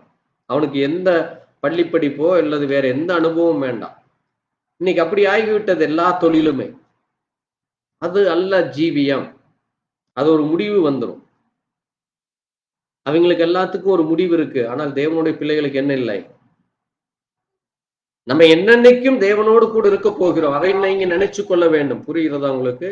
நான் ஏன் சொல்ல வரேன்னா, தேவ பிள்ளைகளுக்கும் மற்ற ஜனங்களுக்கும் உலகத்திலே நடக்கிற தொழிலானாலும் சரி, வருமானமானாலும் சரி, அல்லது சொந்த பந்தங்கள், இப்படி இந்த பூமியிலே இதை எல்லாம் ஒரு முடிவு இருக்கிறது. ஆனால் தேவனோடு யாரெல்லாம் நெருங்குகிறார்களோ, தேவனோடு யாரெல்லாம் ஐக்கியப்பட்டு கொண்டு தேவனுக்காக உண்மையாய் நடக்கிறார்களோ, அவர்கள் என்னென்றைக்கும் தேவனோடு கூட இருப்பார்கள். இந்த பூமியிலே தனக்கு வேண்டும் என்று அந்த நேரத்துல மட்டும் தேவனை தேடுகிறது, அந்த நேரத்துல மட்டும் ஜெபிக்க பாஸ்டரை கூப்பிடுறது, அந்த நேரத்துல மட்டும் சபைக்கு செல்லுகிறது, அதெல்லாம் பெயர் கிறிஸ்தவன். அப்படிப்பட்ட ஜீவியத்தை தேவன் என்னைக்கும் விரும்புவதே இல்லை. அதனாலதான் இஸ்ரவேலர்கள் என்ன ஆனார்கள்? விழுந்து போனதற்கு முக்கிய காரணமே. நீங்க பழைய ஏற்பாட்டுல வாசித்து பாருங்க, ஒரு தலைமுறை போய் அடுத்த தலைமுறை வர்றப்ப விழுந்துடுறாங்க. நீங்க கவனித்தீர்கள் என்றால் தெரியும். ஒரு தலைமுறை நல்லா இருக்கு, 2வது தலைமுறை கொஞ்சம் நல்லா இருக்கு, ஆனா 3வது தலைமுறை 4வது தலைமுறை விழுந்து விடுகிறார். அந்த தலைமுறை தேவனை தேடுகிறதற்கான ஒரு உணர்வுமே இருக்கார். அநேக உதாரணம் சொல்லலாம். தாவீது தேவனுக்காக அவ்வளவு வைராக்கியமா இருந்தான். தாவீதினுடைய மகன் சாலமோன் வந்தான். அவன் தேவனுக்கு பெரிய ஆலயத்தை கட்டினான். ஆனால் முடிவில் என்ன ஆனான்? அங்க எகிப்திய ஸ்திரீகளை, அநேக ஸ்திரீகளை திருமணம் செய்து விழுந்து போனான். அவனுடைய சந்ததி அப்படியே விழுந்து போனது. இப்படி நிறைய உதாரணங்கள் நமக்கு வேதத்தில் இருக்கு. ஏன் இதை நம்ம சொல்லுகிறோம் என்றால், தேவன் நம்மை, நம்முடைய சந்ததிகள் தலைத்து நிற்க வேண்டும். ஆமென். ஒவ்வொரு சந்ததியும், நான், என் மகன், என் மகனுடைய மகன், என் பேரன், எனக்கு பேரனுடைய பேரன், இப்படி அந்த சந்ததி விசுவாசத்திலே உறுதியாய் தேவனுடைய வருகை பரியந்தம் அவர்கள் உண்மையாய், உத்தமமாய், பரிசுத்தமாய் நடந்து கொள்ள வேண்டும். அது தேவன் விரும்புகிறார். அதுதான் தேவ சந்ததி. ஆமென். அதைத்தான் அங்க மல்கியால சொல்றாரு. தேவன் அந்த தேவ சந்ததியை பெற்றெடுக்கத்தான் மனிதனை இந்த பூமியிலே படைத்தாராமா. வாசிங்க, மல்கியால நீங்க வாசிக்கிறப்போ அங்கே மல்கியா 2:15 அவர் ஒருவனை அல்லவா படைத்தார், ஆவி அவரிடத்தில் பரிபூர்ணமாய் இருந்தது, பின்ன ஏன் அவர் ஒருவனை படைத்தார்? ஏன் ஒருவனை படைத்தார் என்றால் அங்கே சொல்லுகிறது, தேவ பக்தியுள்ள சந்ததி. ஆமென். எப்படிப்பட்ட சந்ததி? நான் விசுவாசிக்கிறேன், எனக்கு போதும், என் மகன் விசுவாசித்தா என்ன, விசுவாசிக்காட்டா என்ன, அது அவன் விசுவாசம், அவனே வேணா தேடட்டுன்னு சொல்லி நான் அக்கறை இல்லாமல் இருந்தால் நான் ஒரு நயவஞ்சகன், நான் ஒரு ஏமாற்றுக்காரன், நான் ஒரு பொய்யன், நான் ஒரு சுயநலவாதி என்று தேவ பார்வையிலே நான் காணப்படுவேன். அது தேவன் விரும்புவதில்லை. அதுதான் உலகத்தான் செய்கிற காரியம். நான் என்ன செய்ய வேண்டும் என்றால், தேவ பக்தியுள்ள சந்ததி கொண்டு செல்ல வேண்டும். ஆமென். அப்ப நான் மட்டுமா அல்ல, தேவனை யாரெல்லாம் விசுவாசிக்கிறார்களோ, யாரெல்லாம் தேவனை பின்பற்றுகிறார்களோ, யாரெல்லாம் தேவனை தேட வேண்டும், தேவனுக்காய் உண்மையா இருக்க வேண்டும் என்று விசுவாசிக்கிறார்களோ, அவர்கள் அந்த தேவ பக்தி உள்ள சந்ததிக்குள்ளே நீங்கள் வர வேண்டுமானால், இங்கே சொல்லப்பட்டிருக்கிறது, தேவ பக்தி உள்ள சந்ததியை பெரும்படித்தானே. ஆகையால் ஒருவனும், எப்படி? ஒருவனும் தன் இள வயதின் மனைவியை துரோகம் பண்ணாதபடி உங்கள் ஆவியை குறித்து எச்சரிக்கையாயிருங்கள். அது ஆணுக்கு சொல்லியிருக்கு, பெண்ணுக்கு அப்படித்தான். அதான் விபச்சாரம். இன்னைக்கு அது அதிகரித்து கொண்டு வருகிறது. தேசத்திலே அநேக திருமணங்கள், ஒரு பெண் எடுத்தால் அநேக திருமணம், ஆண் எடுத்தால் அநேக திருமணம். அதான் அந்த காலத்திலே நடந்தது. இன்றைக்கும் அது அதிகரித்து கொண்டுதான் வருகிறது. அது ஒரு வேசித்தனத்தின் ஆவி, அசுத்தத்தின் ஆவி. அது தேவனுக்கு பிரியமில்லாது, தேவனிடத்திலிருந்து எந்த நன்மையும் வராது. அதனாலதான் ஆண்டவர் சொன்னார், அந்த விபச்சாரி ஸ்திரீயை கொண்டு வந்து இவளை கல்லெறிந்து கொல்ல வேண்டும் சொன்னப்பா ஆண்டவர் சொல்றாரு, உனக்கு 5 புருஷன் இருந்தாங்கிறார். அந்த இன்னொருத்தர் அங்கே சமரியா ஸ்திரியை பார்த்து, இப்ப இருக்கிறது உன் புருஷன் அல்ல, நீ வேற ஒருத்தம் கூட இருக்கிற, 6வதா இன்னொருத்தம் கூட இருக்கிற. அவ தேவனிடத்துல மன்னிப்பு கேட்கிறா. அதே போல அந்த கல்லறிய வேணுங்கிறவளும் மன்னிப்பு கேட்கிற. ஆண்டவர் சொல்றாரு, இனி நீ பாவம் செய். இன்னைக்கு ஜனங்கள் அப்படி அல்ல. அந்த சுய இன்பம், சுய இச்சைகள், சுயத்திலே விழுந்து கொண்டு அசுத்தத்திலும் அருவருப்பிலும் அக்கிரமத்திலும் மீறுதலும் தங்களை கெடுத்துக் கொண்டிருக்கிறார்கள். அப்படிப்பட்டது அல்ல தேவ சந்ததி. அதனாலதான் சொல்றாரு, தள்ளி விடுதலை நான் வெறுக்கிறேன். எப்படி? இன்னைக்கு ரொம்ப ஈஸியா போச்சு டைவர்ஸுங்கிறது. ஐயோ எனக்கு அவன் வேண்டாம், எங்க அப்பா வேண்டாங்குது, எங்க அம்மா வேண்டாங்குது, இல்லது எனக்கு அவன் மேட்ச் ஆகல. இன்னைக்கு பெண்கள் பேசுவது, அநேக புருஷர்கள் அப்படித்தான். நான் இதான் அன்னைக்கு ஒருக்கா சொன்னேன், ஒரு பேஸ்டுக்காக அவன் மனைவியை வேண்டான்ட்டான். நாம ஒருத்தன் அவன் பேஸ்ட் பல்லு சரியா விளக்கு தெரியலைன்னு சொல்லி இன்னொரு லேடி சொல்லுது. நிறைய அப்படி அநேகம் இருக்கு பாருங்க. இப்போ இது தேவ பார்வையில கொடுமை. அப்படிப்பட்டவன் எப்படி ராமா? கொடுமையினால் தன் வஸ்திரத்தை வாசிப்போம். கொடுமையினால் தன் வஸ்திரத்தை மூடுகிறான் என்று சேனைகளின் கர்த்தர் சொல்லுகிறார். ஆகையால் நீங்கள் துரோகம் பண்ணாமல் உங்கள் ஆவியை குறித்து எச்சரிக்கையாயிருங்கள். நீங்க எச்சரிக்கையாக இருக்க வேண்டும். தேவன் எனக்கு ரட்சிப்பை கொடுத்தார், எனக்கு மீட்பை கொடுத்தார் என்று நம்ம வெறுமென உலக மனிதனை போல வெறும் வார்த்தையை பேசிக்கொண்டு வருவதல்ல ஜீவியம்.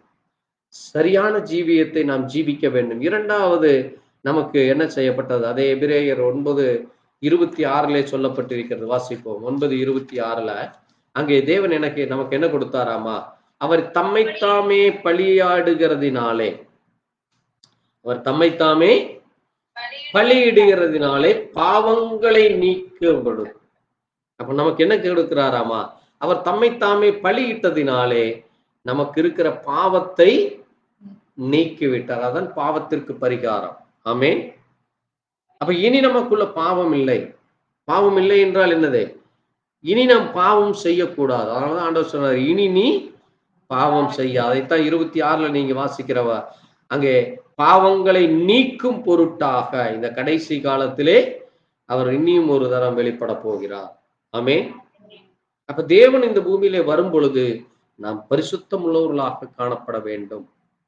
அதனாலதான் தேவன் நம்மை பரிசுத்தம் உள்ளவன் இன்னும் பரிசுத்தமாகட்டும் என்று சொல்லுகிறார்.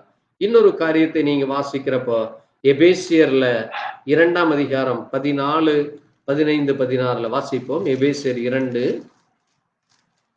தேவன் இங்கே நமக்கு இன்னும் 2 காரியங்களை செய்திருக்கிறார். ஒரு பெரிய வித்தியாசத்தை தேவன் செய்திருக்கிறார். வாசிக்கலாம். அவரே நம்முடைய சமாதானக்காரராகி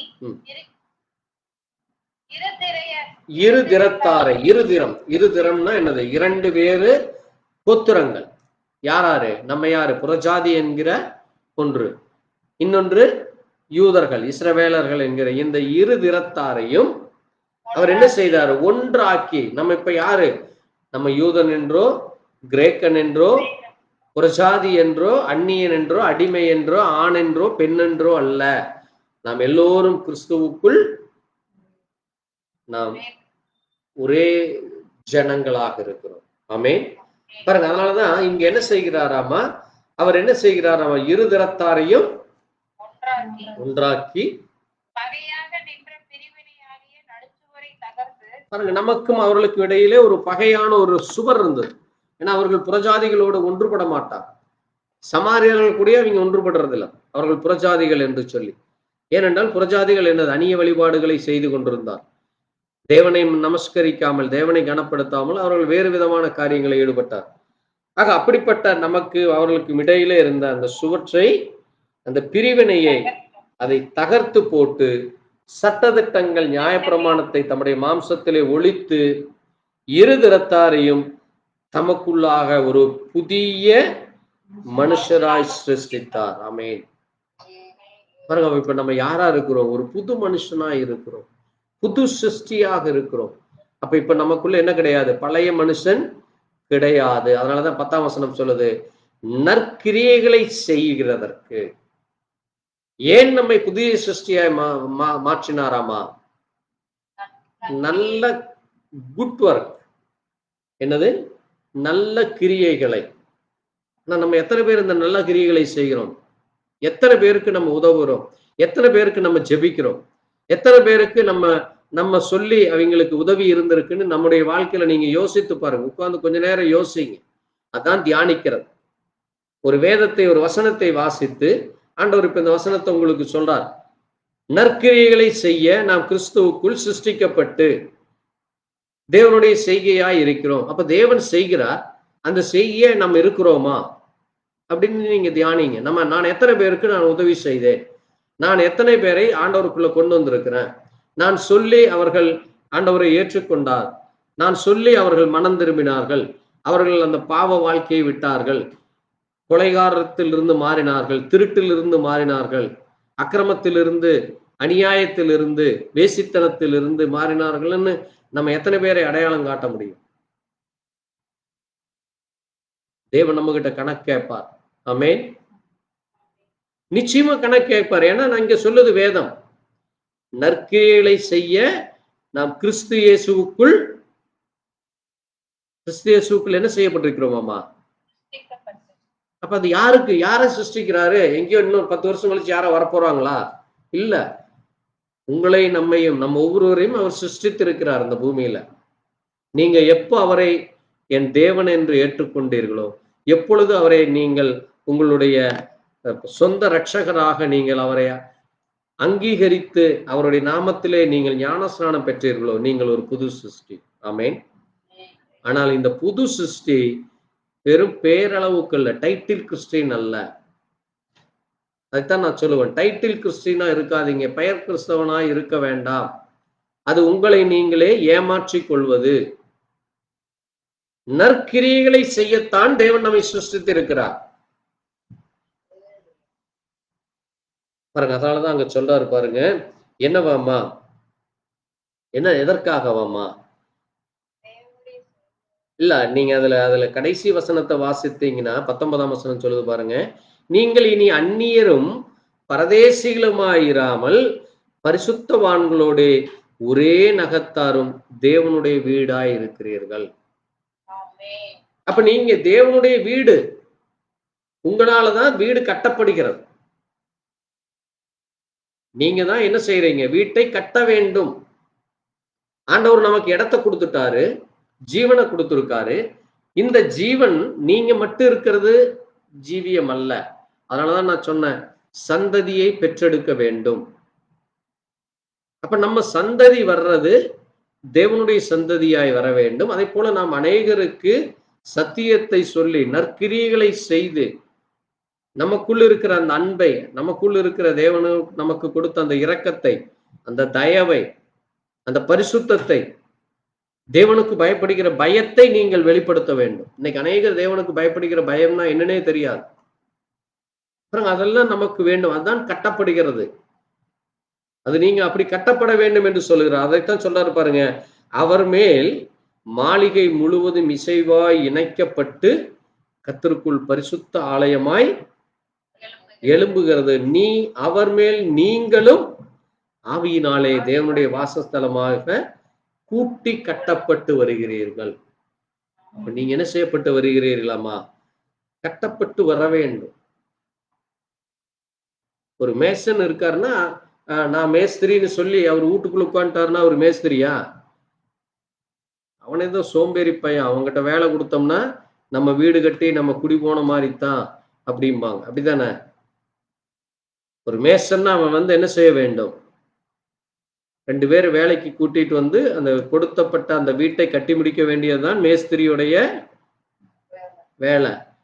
இல்ல, அவர் அருமையான மேஸ்திரி, ரொம்ப நல்ல ஆளு, ரொம்ப நல்ல நேர்மையானவரு, தங்கமானவரு, எப்படி வேணா நம்ம அவருக்கு பட்ட பேர் கொடுக்கலாம்.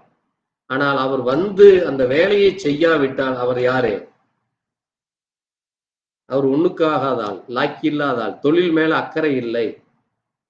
அவரை வேற யாரையும் அதுக்கு பிறகு கூப்பிட மாட்டார்.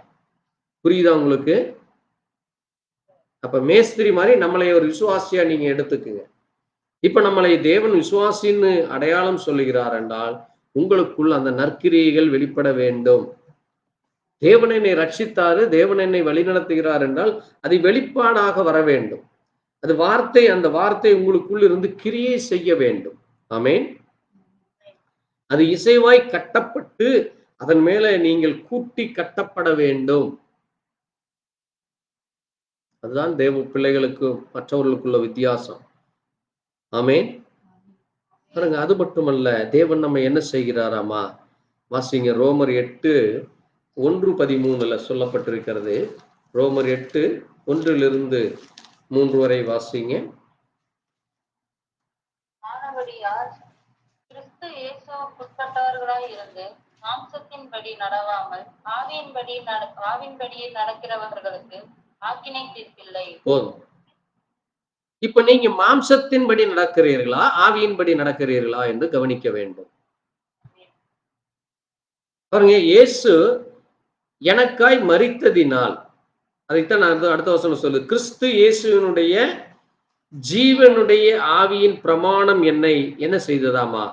பாவம், மரணம் என்பவைகளின் பிரமாணத்திலிருந்து விடுதலையா. எப்ப எனக்கு விடுதலை வந்தது? இயேசு எப்பொழுது சிலுவையில மரித்தாரோ, இயேசு எனக்காய் மரித்தார் என்று நான் எப்பொழுது அவரை விசுவாசிக்கிறேனோ, ஏன்னா இயேசு மரித்து இன்னைக்கு எத்தனை வருஷம் ஆயாச்சு?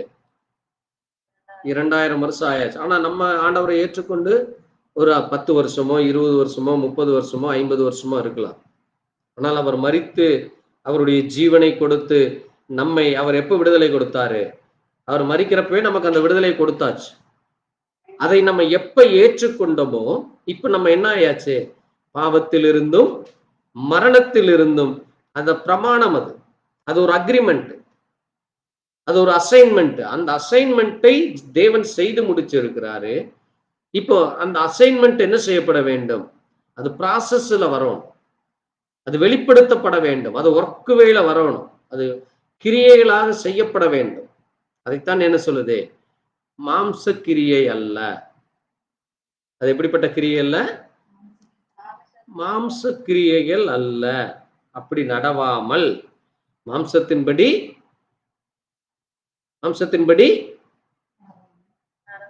நடக்கக்கூடாது, அவ்வளவுதான். அப்ப நடந்தா நம்ம யாரு? இன்னும் பழைய மனுஷன்தான். அதான் ஆண்டவர் சொல்றாரு, மாம்சத்தின்படி நடவாமல் ஆவியின்படி நடக்கிறவர்களுக்கு தான் என்ன இல்ல? ஆக்கினை தீர்ப்பு இல்ல. அக்கினி தீர்ப்புல என்னது? எரிகிற அக்கினி.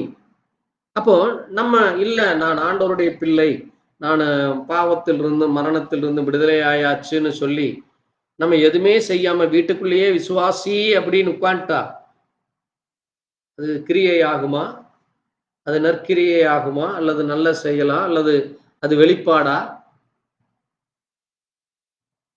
அதான் என்னது? மரண பயம். அதான் என்னது? பிசாசுடைய தந்திரம். பிசாசு என்ன செய்தான்? ஜனங்களை இன்னைக்கு என்ன செய்தான்? கோலியாத்து அவ்வளவு லட்சக்கணக்கான இஸ்ரவேலர்கள் இருக்கிறாங்க. சவுல் அங்கே ராஜாவா இருக்கிறான். அவனை எந்திரிச்சு வந்து நிக்கிறான். அவனை பார்த்த உடனே ஜனங்களுக்கெல்லாம் பயம் வந்துருது. இன்னைக்கு பிசாசு அதான் செய்கிறான். தந்திரமா என்ன செய்கிறான்?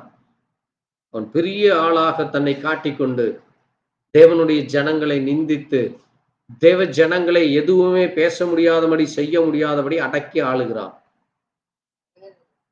நீங்க அப்படி இருக்கக்கூடாது.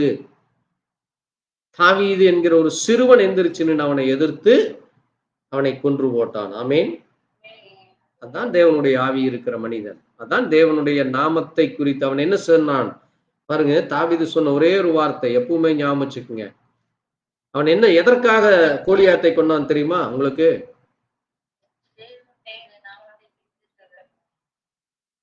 தேவ நாமத்தை நிந்தித்ததற்கு ஒண்ணு. இன்னொன்னு முக்கியமான ஒரு காரியம் என்னது ஞாபகம் இருக்கா உங்களுக்கு? அதைத்தான், அதுதான் முக்கியமான காரியம். ஞாபகம் வச்சுக்குங்க. அவன் விருத்த சேதனம் இல்லாதவன். அவன் ஞானஸ்நானம்னா என்னன்னே தெரியாதவன். ரட்சிப்புனா என்னன்னு தெரியாது, மீட்புனா என்னன்னு தெரியாது, ஜீவன்னா என்னன்னு தெரியாது, தேவன்னா என்னன்னு தெரியாதவன். அப்படிப்பட்ட இருளில் இருக்கிறவன் வெளிச்சத்தின் பிள்ளைகளை நிந்திக்கிறான். புரியுதா உங்களுக்கு? அதைத்தான் அங்கே தாவீது சொல்றான், இந்த விருத்த சேதனம் இல்லாதவன் எப்படி நம்மை நிந்திக்க முடியும்? இந்த விருத்த சேதனம் இல்லாதவன் எப்படி நம்மை நிந்திக்க முடியும்? வாசித்து பாருங்க. 1 சாமுவேல் 1 சாமுவேல் 17ஆம் அதிகாரம்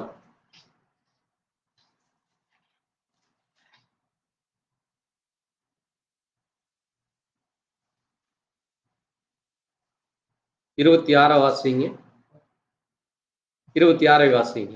அப்பொழுது தாவீது தன் அண்டையிலே நின்றவர்களை பார்த்து, இந்த பெலிஸ்தனை கொன்று இஸ்ரவேலுக்கு நேரிட்ட நிந்தையை நீக்குகிறவனுக்கு என்ன செய்யப்படும்? ஜீவனுள்ள தேவனுடைய சேனைகளை பாருங்க, கவனமா கேளுங்க. ஜீவனுள்ள தேவனுடைய சேனைகளை நிந்திக்கிறதற்கு விருத்த சேதனம் இல்லாத இந்த பெலிஸ்தியன் எம்மாத்திரம் என்றான். தாவீது சொல்றான், இவன் விருத்த சேதனமே இல்லாதவனப்பா. நம்ம யாரு? ஜீவனுள்ள தேவனுடைய சேனைகள். ஜீவனுள்ள தேவன் நம்ம கிட்ட இருக்கிறாரு. ஆனா இவன் யாரு? ஒண்ணுமே இல்லாதவன், விருத்த சேதனம் இல்லாதவன், இருளில் இருக்கிறவன், அவிசுவாசி. இவன் நம்ம எப்படி நிந்திப்பான்? இவன் இப்படி சொல்லிக்கொண்டே இருக்கிறான். இதைய கேட்டுட்டு தான் போய் என்ன செய்யறாங்க, சவுலுகிட்ட சொல்றப்போ கொண்டு வந்து அவன் மறுபடியும் ஜெயித்து அங்கே பெரிய காரியங்களை செய்கிறான். அதான் இது. இன்னைக்கு பிசாசு என்ன செய்ய விரும்புகிறான் என்றால், உங்களை பயமுறுத்தி கொண்டே இருப்பான். ஏதாவது யாராவது ஒருத்தர் உள்ள அனுப்பி ஜெபிக்க முடியாதபடி, அல்லது உண்மையா இருக்க முடியாதபடி, அல்லது நீங்க ஏதாவது ஒரு காரியத்தை வேண்டுமென்றே உங்களை தவறு செய்ய தூண்டுகிறது. பழைய ஜீவியத்தை நினைப்பூட்டி கொண்டே இருப்பான். நீங்க ஒரு சில பழைய நண்பர்கள் எல்லாம் பார்த்தீங்கன்னா, உங்களுடைய பழைய வாழ்க்கையை சொல்லி உங்களை அவமானப்படுத்துவாங்க.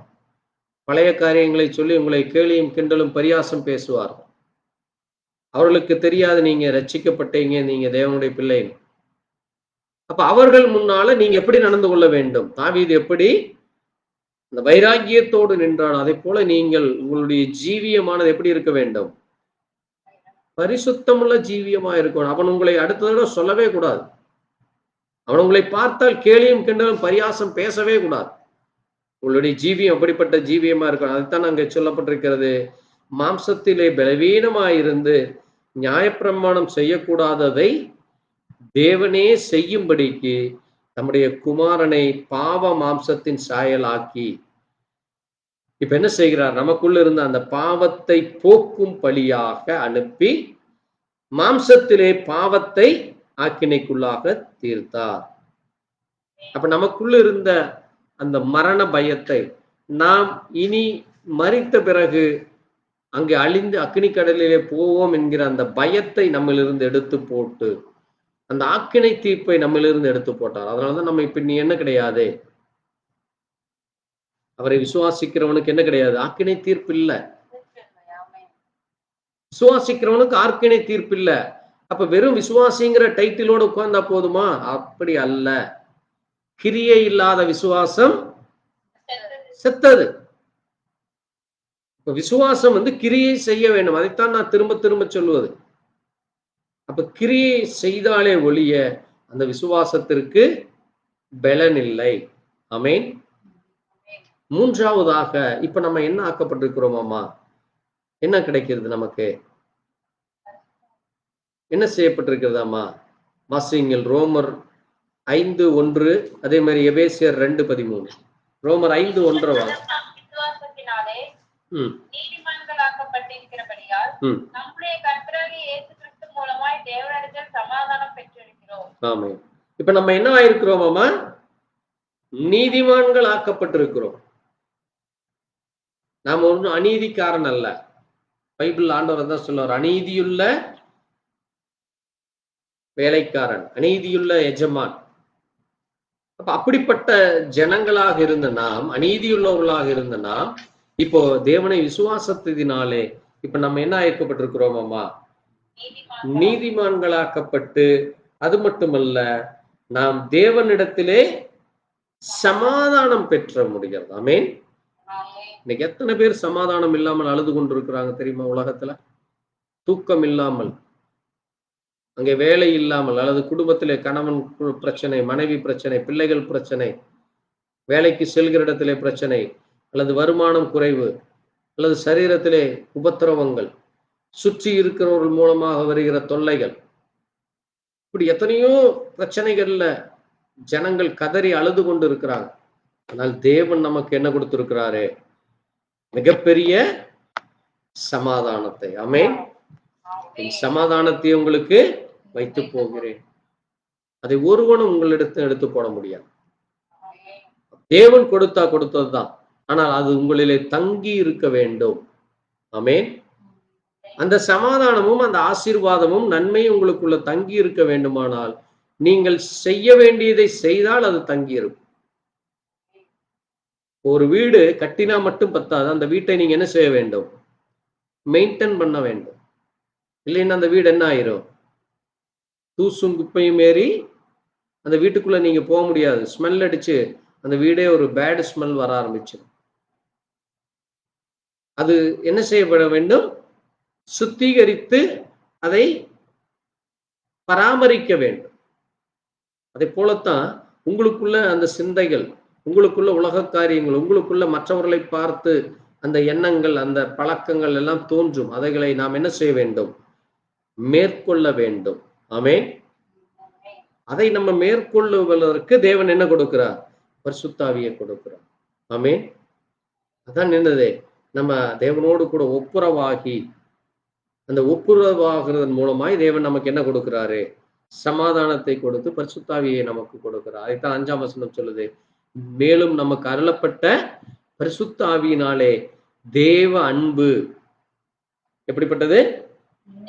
தேவ அன்பு நம்முடைய இருதயங்கள் ஊற்றப்பட்டிருக்கிறபடியால் அந்த நம்பிக்கை நம்மை வெட்கப்படுத்தாது. அப்ப இப்ப நம்ம பரிசுத்த ஆவி நமக்குள்ள எப்படி ஊற்றப்பட்டிருக்கிறதாமா? நம்முடைய இருதயங்களிலே. இந்த இருதயம் பரிசுத்தமாக இருக்க வேண்டும்.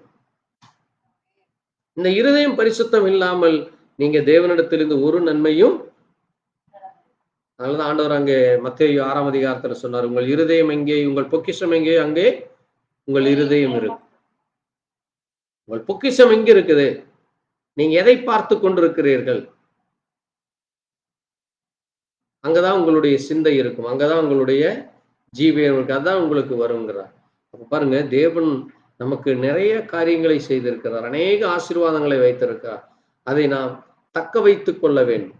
அது மட்டுமல்ல, இன்னும் ஒரு முக்கியமான ஒரு காரியம் அங்கே என்ன செய்யப்பட்டிருக்கிறதாமா? வாசிங்க, கொலேசியர் 2:14-15.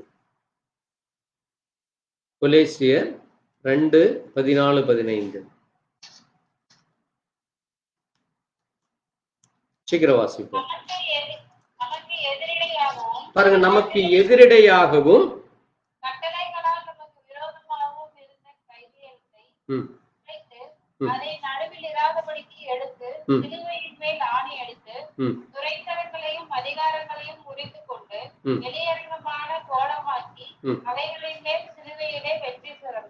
பாருங்க, நமக்கு எதிரிடையான கட்டளை இருந்ததாமா. என்னது எதிரிடையான கட்டளைன்னு? என்னது? தேவன் இந்த பூமியிலே மனிதனை படைத்த பொழுது எதற்காக மனிதனை படைத்தார்? என்றென்றும் அவன் ஜீவிக்க வேண்டும். தேவன் எப்படி என்னென்னைக்கும் ஜீவிக்கிறாரோ அதை போல தன்னுடைய பிள்ளைகளும் என்றென்றும் ஜீவிக்க வேண்டும். அதனாலதான் அங்கு ஆதாமை பார்த்து என்ன சொன்னார்? அந்த கனியை நீ புசித்தால் உனக்கு என்ன வரும்? மரணம் வரும். அப்போ அதான் எதிரடை. நெகட்டிவ் பிளஸ் மைனஸ்ங்கிறோம்ல, பாசிட்டிவ் நெகட்டிவ். அப்போ நீ இதை செய்தால் உனக்கு வராது, செய்யாமல் போனால் வருங்கிறப்போ அவன் அதை செய்யாமல் இருந்திருந்தானா என்ன வந்திருக்காது? பாவம் வந்திருக்காது. அப்ப அவன் செய்ததினாலே என்ன ஆனது? மரணம் வந்தது. அப்ப அதுதான் எதிரடையான அந்த கட்டளை. அது நமக்கு விரோதமாக இருக்கிறது. இன்னைக்கு அதுதான் நமக்கு விரோதமா இருக்கு. அப்படிப்பட்ட அதை என்ன செய்தார்? அந்த கையெழுத்தை குலைத்து போட்டார். அந்த கையெழுத்தை தேவன் தான் குலைக்க முடியும். ஏன்னா அந்த மரண சாசனத்தை எழுதினது யாரு? தேவன். அதை எபிரேயர் 9ஆம் அதிகாரத்துல வாசிக்க. அப்ப அந்த மரண சாசனத்தை எழுதினவன் உயிரோடு இருக்கும் பொழுது அந்த மரண சாசனம் நிறைவேறாது. அதை எழுதினவன் மரித்தேனையானால் அது நிறைவேறப்படும். அப்ப அதனாலதான் அந்த எழுதினவரே என்ன செய்கிறார்? மரிக்கிறார். எழுதினது கர்த்தராகிய இயேசு கிறிஸ்து. அவர் இந்த பூமியிலே வருகிற பொழுது இயேசு என்று பெயர் கொடுக்கப்பட்டது. அவர் ஆதியிலேயே கிறிஸ்துவாக இருந்தார், கர்த்தராக இருந்தார், சிருஷ்டிகராக இருந்தார். பிறகு குமாரனாக வெளிப்பட்டு இந்த எதிரடையான கையெழுத்தை, அவர் எழுதின கையெழுத்தை அவர் முறித்து போடும்படியாக, அதை உடைத்து போடும்படியாக அவர் குமாரனாக வெளிப்பட்டார். ஆமென். அதனாலதான் அவர் பிதாவாக இருந்தவர் குமாரனாய் வெளிப்பட்டார். இன்றைக்கு பரிசுத்தாவியாய் நமக்குள் இருக்கார். 3 தேவர்கள் அல்ல, தேவன் அல்ல, ஒரே தேவன் அங்கே பிதாவிய ஸ்தானத்திலும் பிறகு குமாரன் ஸ்தானத்திலும் இன்றைக்கு பரிசுத்தாவி என்கிற ஸ்தானத்திலே நம்மோடு கூட இருக்கிறார். ஆமென். அப்ப அந்த தேவன் தான் நமக்குள்ள இருந்து என்ன செய்கிறார்? வெற்றி சிறக்க பண்ணி துரைத்தனங்களை அதிகாரங்களையும் அவர் உரித்து கொண்டு வெளியரங்கமான கோலமாகி சிலுவையின் மேலே அவர் அதை வெற்றி திறந்தார். ஆமென். அதைத்தான் 6ஆம் வசனம் சொல்லுது, வராகியால் நீங்கள் கர்த்தராகிய இயேசுவை ஏற்றுக்கொண்டபடியே அவருக்குள் வேர் கொண்டவர்களாகும். அவருக்குள் எப்படி இருக்கணும்? ஒரு செடி வச்சீங்கன்னா அந்த வேறு வளர வேண்டும். அந்த வேறு வளரலைன்னா அந்த செடி அப்படியே பட்டு போயிடும். அதே போல நீங்களும் தேவனுக்குள்ள அங்க உங்களுடைய அந்த வேர் அது வளர்ந்து கொண்டே இருக்க வேண்டும். அதைத்தான் சொல்ல பாரு, வேர் கொண்டவர்களாகவும் அவர் மேல் கட்டப்பட்டவர்களாகவும். அப்ப நீங்க கட்டப்பட வேண்டும். அதைத்தான் சொன்ன, ஒரு மேஸ்திரி கட்டலினா அவன் வேலைக்கு ஆகாதவன். அது வீடு கட்டுறக்குன்னு அவன் கையில பொறுப்பு கொடுத்தா அவன் அந்த வீட்டை கட்டி முடிச்சாதான் அவன் நல்ல மேஸ்திரி, இல்லைன்னா அவன் ஒரு சோம்பேறி மேஸ்திரி. அதே போல தேவன் நமக்கு வீடை கட்ட பொறுப்பு கொடுத்திருக்கார். அந்த வீட்டை நீங்க என்ன செய்ய வேண்டும்? கட்ட வேண்டும். அது மட்டுமல்ல, அவர் சொல்றாரு பாருங்க, அவருக்குள் நடந்து கொண்டு, அவரோடு கூட நீங்க நடந்து கொள்ள வேண்டும். அவர் எப்படி நடக்க சொன்னாரோ அப்படி நீங்க நடக்க வேண்டும். நடந்து அவர் உங்களுக்கு என்னென்ன போதிக்கப்பட்டிருக்கிறாரோ போதித்தாரோ. வேதத்தில் இந்த சத்திய இந்த பைபிள் என்பது நமக்கு ஒரு போதனை புத்தகம். இது ஒரு என்னது? டீச்சிங் புத்தகம். போதனைனா என்னது? டீச்சிங் பண்ணது. எப்படி பள்ளிக்கூடத்துல போய் பாடங்களை படிக்கிறது போல வாழ்க்கைக்குரிய எல்லா பாடத்தையும் இது கற்றுக் கொடுக்கிறது. ஒரு குடும்பம் என்றால் என்ன, ஒரு மனிதன் என்றால் என்ன, சமூகம் என்றால் என்ன, அன்பு என்றால் என்ன, இரக்கம் என்றால் என்ன, நட்பு என்றால் என்ன, பாசம் என்றால் என்ன, கணவன் எப்படிப்பட்டவனாக இருக்க வேண்டும், மனைவி எப்படி, பிள்ளைகள் எப்படி இருக்க வேண்டும், தாய் தகப்பனுக்கு எப்படி நடந்து கொள்ள வேண்டும், மற்றவர்களை எப்படி இப்படி எல்லாவற்றையும் போதிக்கிற ஒரு போதனை புத்தகம். ஆமென். அதான் நீங்க உங்களுக்கு போதிக்கப்பட்டபடியே விசுவாசத்தில் உறுதிப்பட்டு ஸ்தோத்திரத்தோட அதுல பெருக வேண்டும். இன்னைக்கு அதனாலதான் அநேகர் ஸ்தோத்திரமே பண்றதில்லை. நீங்க ஸ்தோத்திரம் பண்ணால் மட்டும்தான் உங்களுக்கு கிருபை பெருகும். அநேக ஸ்தோத்திரங்களினால் கிருபை பெருக வேண்டுமானால் நாம் தேவனை ஸ்தோத்திரித்து கனப்படுத்த வேண்டும். இன்னும் அநேக காரியங்களை, அநேக நன்மைகளை தேவன் நமக்கு செய்திருக்கிறார். கடைசியாக 2ஆம் வசனம் வாசித்து நம்ம முடிக்கலாம். பாருங்க, கொலோசியர் 2:2 சொல்லப்பட்டிருக்கிறது, பிதாவாகிய தேவனுக்கும் கிறிஸ்துவுக்கும் உரிய ரகசியத்தை அறிந்து கொள்கிற உணர்வின் பரிபூரண நிச்சயத்தை எல்லா ஐஸ்வர்யத்திற்கும் உரியவர்களாக வேண்டும் என்று இப்படி விரும்புகிறேன். அதைத்தான் நான் இப்ப சொன்னேன் உங்களுக்கு. அங்கே யாருக்கும்? பிதாவுக்கும், தேவனுக்கும், கிறிஸ்துவுக்கும். அந்த மூன்றையும் யார் என்கிற அந்த ரகசியத்தை, அதனுடைய பூரண நிச்சயத்தை நாம் அறிந்து கொள்ள வேண்டும். அதை அறிய தேவன் நமக்கு கிருபை கொடுத்திருக்கிறார். ஆமென். அப்ப அப்படிப்பட்ட தேவன் நம்ம மத்தியில இருந்து நமக்காக அவர் இந்த பூமியிலே என்ன செய்ய வந்தார்? நமக்கு எதிரடையாய் இருந்த கட்டளைகளை, நமக்கு விரோதமாய் இருந்த அந்த கையெழுத்தை குலைத்து போட்டு, அதை நம்முடைய நடுவில் இருந்து அதை எடுத்து போட்டு சிலுவையின் மேல் ஆணி அடித்து துரைத்தனங்களையும் அதிகாரங்களையும் முறித்து கொண்டு வெளியரங்கமான கோலமாக்கி அவைகளின் மேல் சிலுவையிலே வெற்றி சிறந்தார். ஆமென்.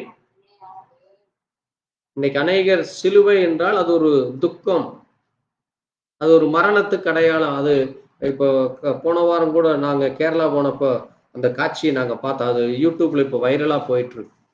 நாங்க அந்த சீனை நேர்ல பார்த்தோம். நாங்க வண்டியில போறப்ப அந்த அப்படி நடந்து போயிட்டு அந்த அதெல்லாம் அவங்க நடிச்சு நடந்து போயிட்டு இருந்தாங்க. அதை நாங்க நேர்லயே பார்த்தோம். அங்கே அவன் அந்த ஒரு சகோதரர், அவர் பேங்க் வேலை செய்யறவரமா, கேத்தலிக் பீப்புள், அவரை சிலுவையில் அடிப்பது போல அங்கே சிலுவையில கொண்டு வந்து சிலுவையை சுமந்து அவங்க இதுல தடியில் அடிச்சுட்டு வருவாங்க. அங்க அந்த போர் வீரர்கள் மற்றவர்கள் எல்லாம் மேக்கப் போட்டு நடந்து வந்துட்டு அந்த காட்சி இப்போ வைரலா ஓடிட்டு இருக்கு. நாங்க அதை பார்த்தோம் நேர்லயே. ஸோ இப்போ அது என்ன உங்களுக்கு அது வெறும் நடிப்பல்ல, அது ஏதோ எப்போ நடந்த ஒரு காரியம் அல்ல, அது தேவனுடைய ரகசியம். அது ஆமென். தேவனுக்குள்ள இருக்கிற அந்த ரகசியத்தை அதை நமக்கு வெளிப்படுத்தும்படியாக அவர் அதை ஏற்றுக்கொண்டார். வெளியரங்கமான கோலம், அதை பார்த்தாலே அவ்வளவு கொடூரமானவா இருக்கும். அந்த மரணம் என்பது மிக கொடூரமான மரணம். சாட்டையில அடிப்பதும், சிலுவையில ஆணி அடிப்பதும், அவரை சித்திரவதை செய்கிறதெல்லாம் அவ்வளவு கொடுமை. அவ்வளவையும் அவர் சகித்து நமக்காக தன்னுடைய ரத்தத்தை சிந்து மரித்தார். ஆனால் நம்ம அதை பத்தி எதுவுமே யோசிக்காம அப்படியே உட்கார்ந்துட்டு இருந்தா நமக்கு எப்படி நன்மைகள் வரும்? நமக்கு எப்படி சமாதான குறைவு ஏற்படும்? நமக்கு எப்படி வறுமை போகும்? நமக்கு எப்படி பிரச்சனைகள் தீரும்? இதையெல்லாம் தேவன் நமக்கு கொடுத்திருக்கிறார். பிரச்சனை இல்லை, சமாதானம் உண்டு, ஆசீர்வாதம் உண்டு, நன்மை உண்டு, இரக்கம் உண்டு என்றால் அதை நம்ம கேட்டு பெற்றுக்கொள்ள வேண்டும். அதற்கு நம்ம செபிக்க வேண்டும். அதற்கு நம்ம தேவனுடைய ஜீவியத்திலே, நம்முடைய ஜீவியத்திலே தேவன் நமக்கு வெளிப்பாடை அவர் என்ன கொடுத்திருக்கிறார்? வெளிப்பாட்டை கொடுத்திருக்கிறார். அந்த வெளிப்பாட்டை நம்ம என்ன செய்கிறது இல்லை, உள்வாங்கிக் கொள்வதில்லை. அந்த வார்த்தையை நம்ம உள்ளே வாங்கி கொண்டு அது எதற்காக செய்யப்பட்டது, அது யாருக்காக சொல்லப்பட்டது என்று அறிந்து கொள்ள வேண்டும். அதற்கு தேவன் ஒருவர் மட்டுமே நமக்கு கிருபை தர வேண்டும். தேவன் ஒருவர் மட்டுமே நமக்கு அந்த உணர்வை தரணும்.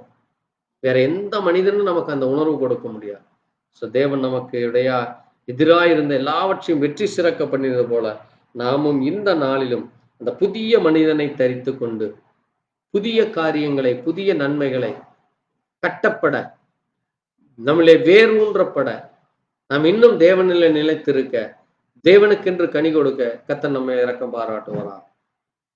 நாம் ஜெபிக்கலாம். எங்களை நேசிக்கிற எங்கள் நல்ல ஆண்டவரே, கர்த்தராகிய இயேசு கிறிஸ்துவே, இந்த அருமையான நாளிலும் வாசித்து தியானிக்க உடைய சத்திய வார்த்தைக்காக நன்றி செலுத்துகிறோம் அப்பா. இந்த நல்ல நேரத்தில் அப்பா, ஒவ்வொரு நாளும் ஒவ்வொரு நிமிஷமும் நாங்கள் ஜெபிக்கிற ஜெப வீரர்களா, ஜனங்களுக்காய், அழிந்து போகிற ஜனங்களுக்காக ஆண்டவரே, ஒரு தேவ சந்ததியை எங்கள் குடும்பத்தில் ஒவ்வொருவரும் பெற்றெடுக்கும்படியா, அந்த சந்ததி தொடர்ந்து உங்களை வளரத்தக்கதா, ஒரு பரிசுத்தம் உள்ள உண்மையுள்ள தேவனை நேசிக்கிற பிள்ளைகளாய் வளரத்தக்கதா, தேவனுடைய அன்பை, தேவனுடைய இரக்கத்தை, தேவ கிருபையை பெற்றுக்கொள்ள தேவ தயவைத்தார். தேவ அன்பை ஒவ்வொருவரும் அனுபவிக்க வேண்டும். கர்த்தர் நல்லவர் என்பதை ருசித்து பாருங்கள் என்று சொன்ன வண்ணமா உண்மையான உத்தமமான இருதயத்தோடு, பரிசுத்தத்தோடு, பிரியத்தோடு நடக்க தேவ கிருபையர் ஆண்டவரே, ஒவ்வொருவருக்கும் நல்ல ஞானத்தை தாரும். மரண பயத்தை எடுத்து போடும், குழப்பத்தை எடுத்து போடும், தேவனை குறித்தான உணர்வை தார். உலகத்தை குறித்தும், உலகத்திலே காணப்படுகளை குறித்தும் நாங்கள் கவலைப்படாதபடி என் தேவன் எல்லாவற்றையும் செய்ய வல்லவராய் இருக்கிறார் என்ற விசுவாசத்தில் வளர இரக்கம் பார். தொடர்ந்து உடைய அன்பு, ஆசீர்வாதம், வழிநடத்தல் எங்கள் ஒவ்வொருவோடு கூட இருந்து எங்களை பலப்படுத்த வேண்டுமா இயேசு கிறிஸ்துவினுடைய பரிசுத்த நாமத்திலே ஆமென். நாம் ஒரு பாடலை பாடி காணிக்க வேளை தொடர்ந்து நாம் ஜெபிக்கலாம்.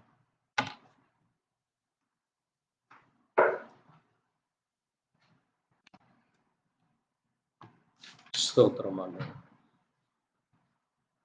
தேனிலும் இனிமையே இயேசுவின் நாமமே, தேனிலும் இனிமையே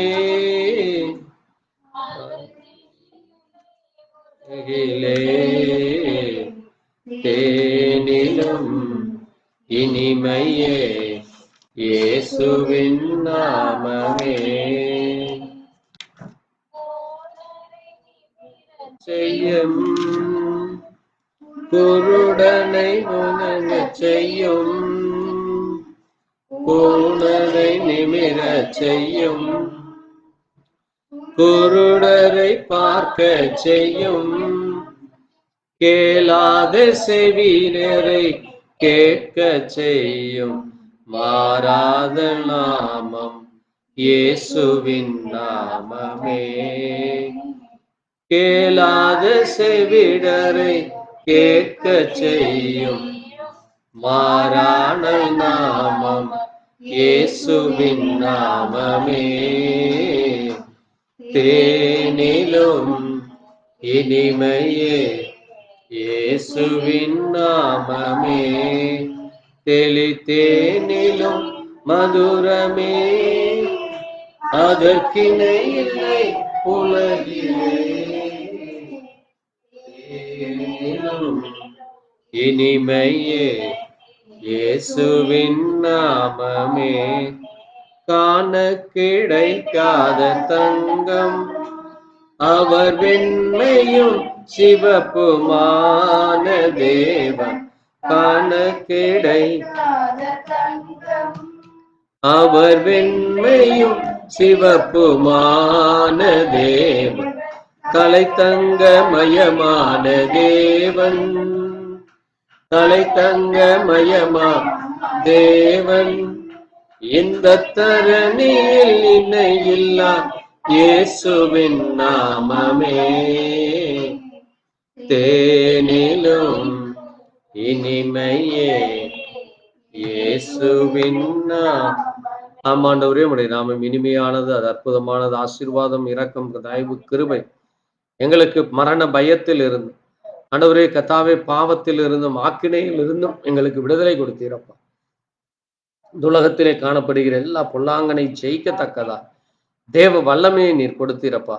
நீர் எங்களுக்காய் வெற்றி சிறந்த தேவனாய் இருக்கிறீரப்பா. உடைய அன்பு இரக்கம் தயவை வார்த்தையின் மூலமாய் வாசிக்க தியானிக்கும் அதிலே மகத்துவங்களை அறிந்து கொள்ள இரக்கம் பாரா.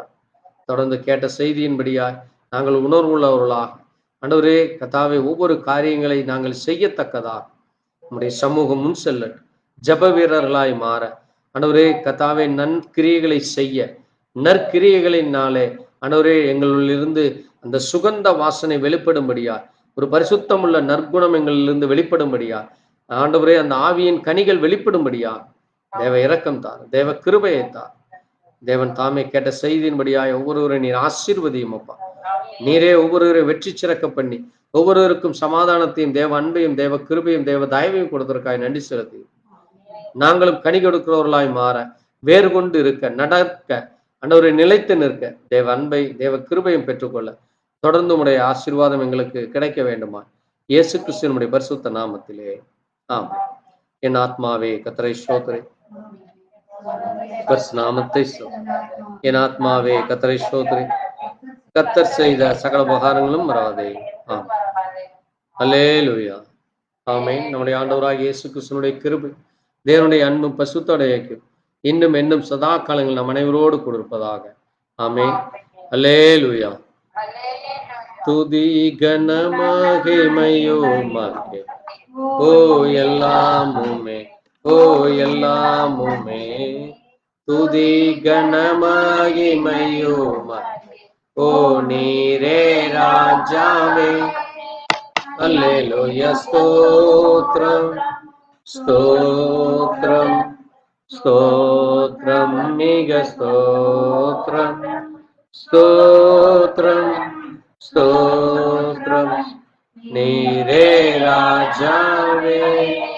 அல்லேலூயா. மகிமையுமே ஓ எல்லாமும், ஓ எல்லாமுமே, துதி கனமகிமையோ ஓ நீரே. அல்லேலூயா. நம்ம ஆண்டவர் தாமே ஒவ்வொருவரையும் ஆசீர்வதிப்பார். இயேசு கிறிஸ்து நாமத்தில் உங்களுக்கு வாழ்த்துக்கள். God bless you. Thank you Jesus. ஆமென். கர்த்தருக்கு ஸ்தோத்திரம். ஸ்தோத்திரம் ஸ்தோத்திரம். Thank you Jesus. ஆமென். ஸ்தோத்திரம்.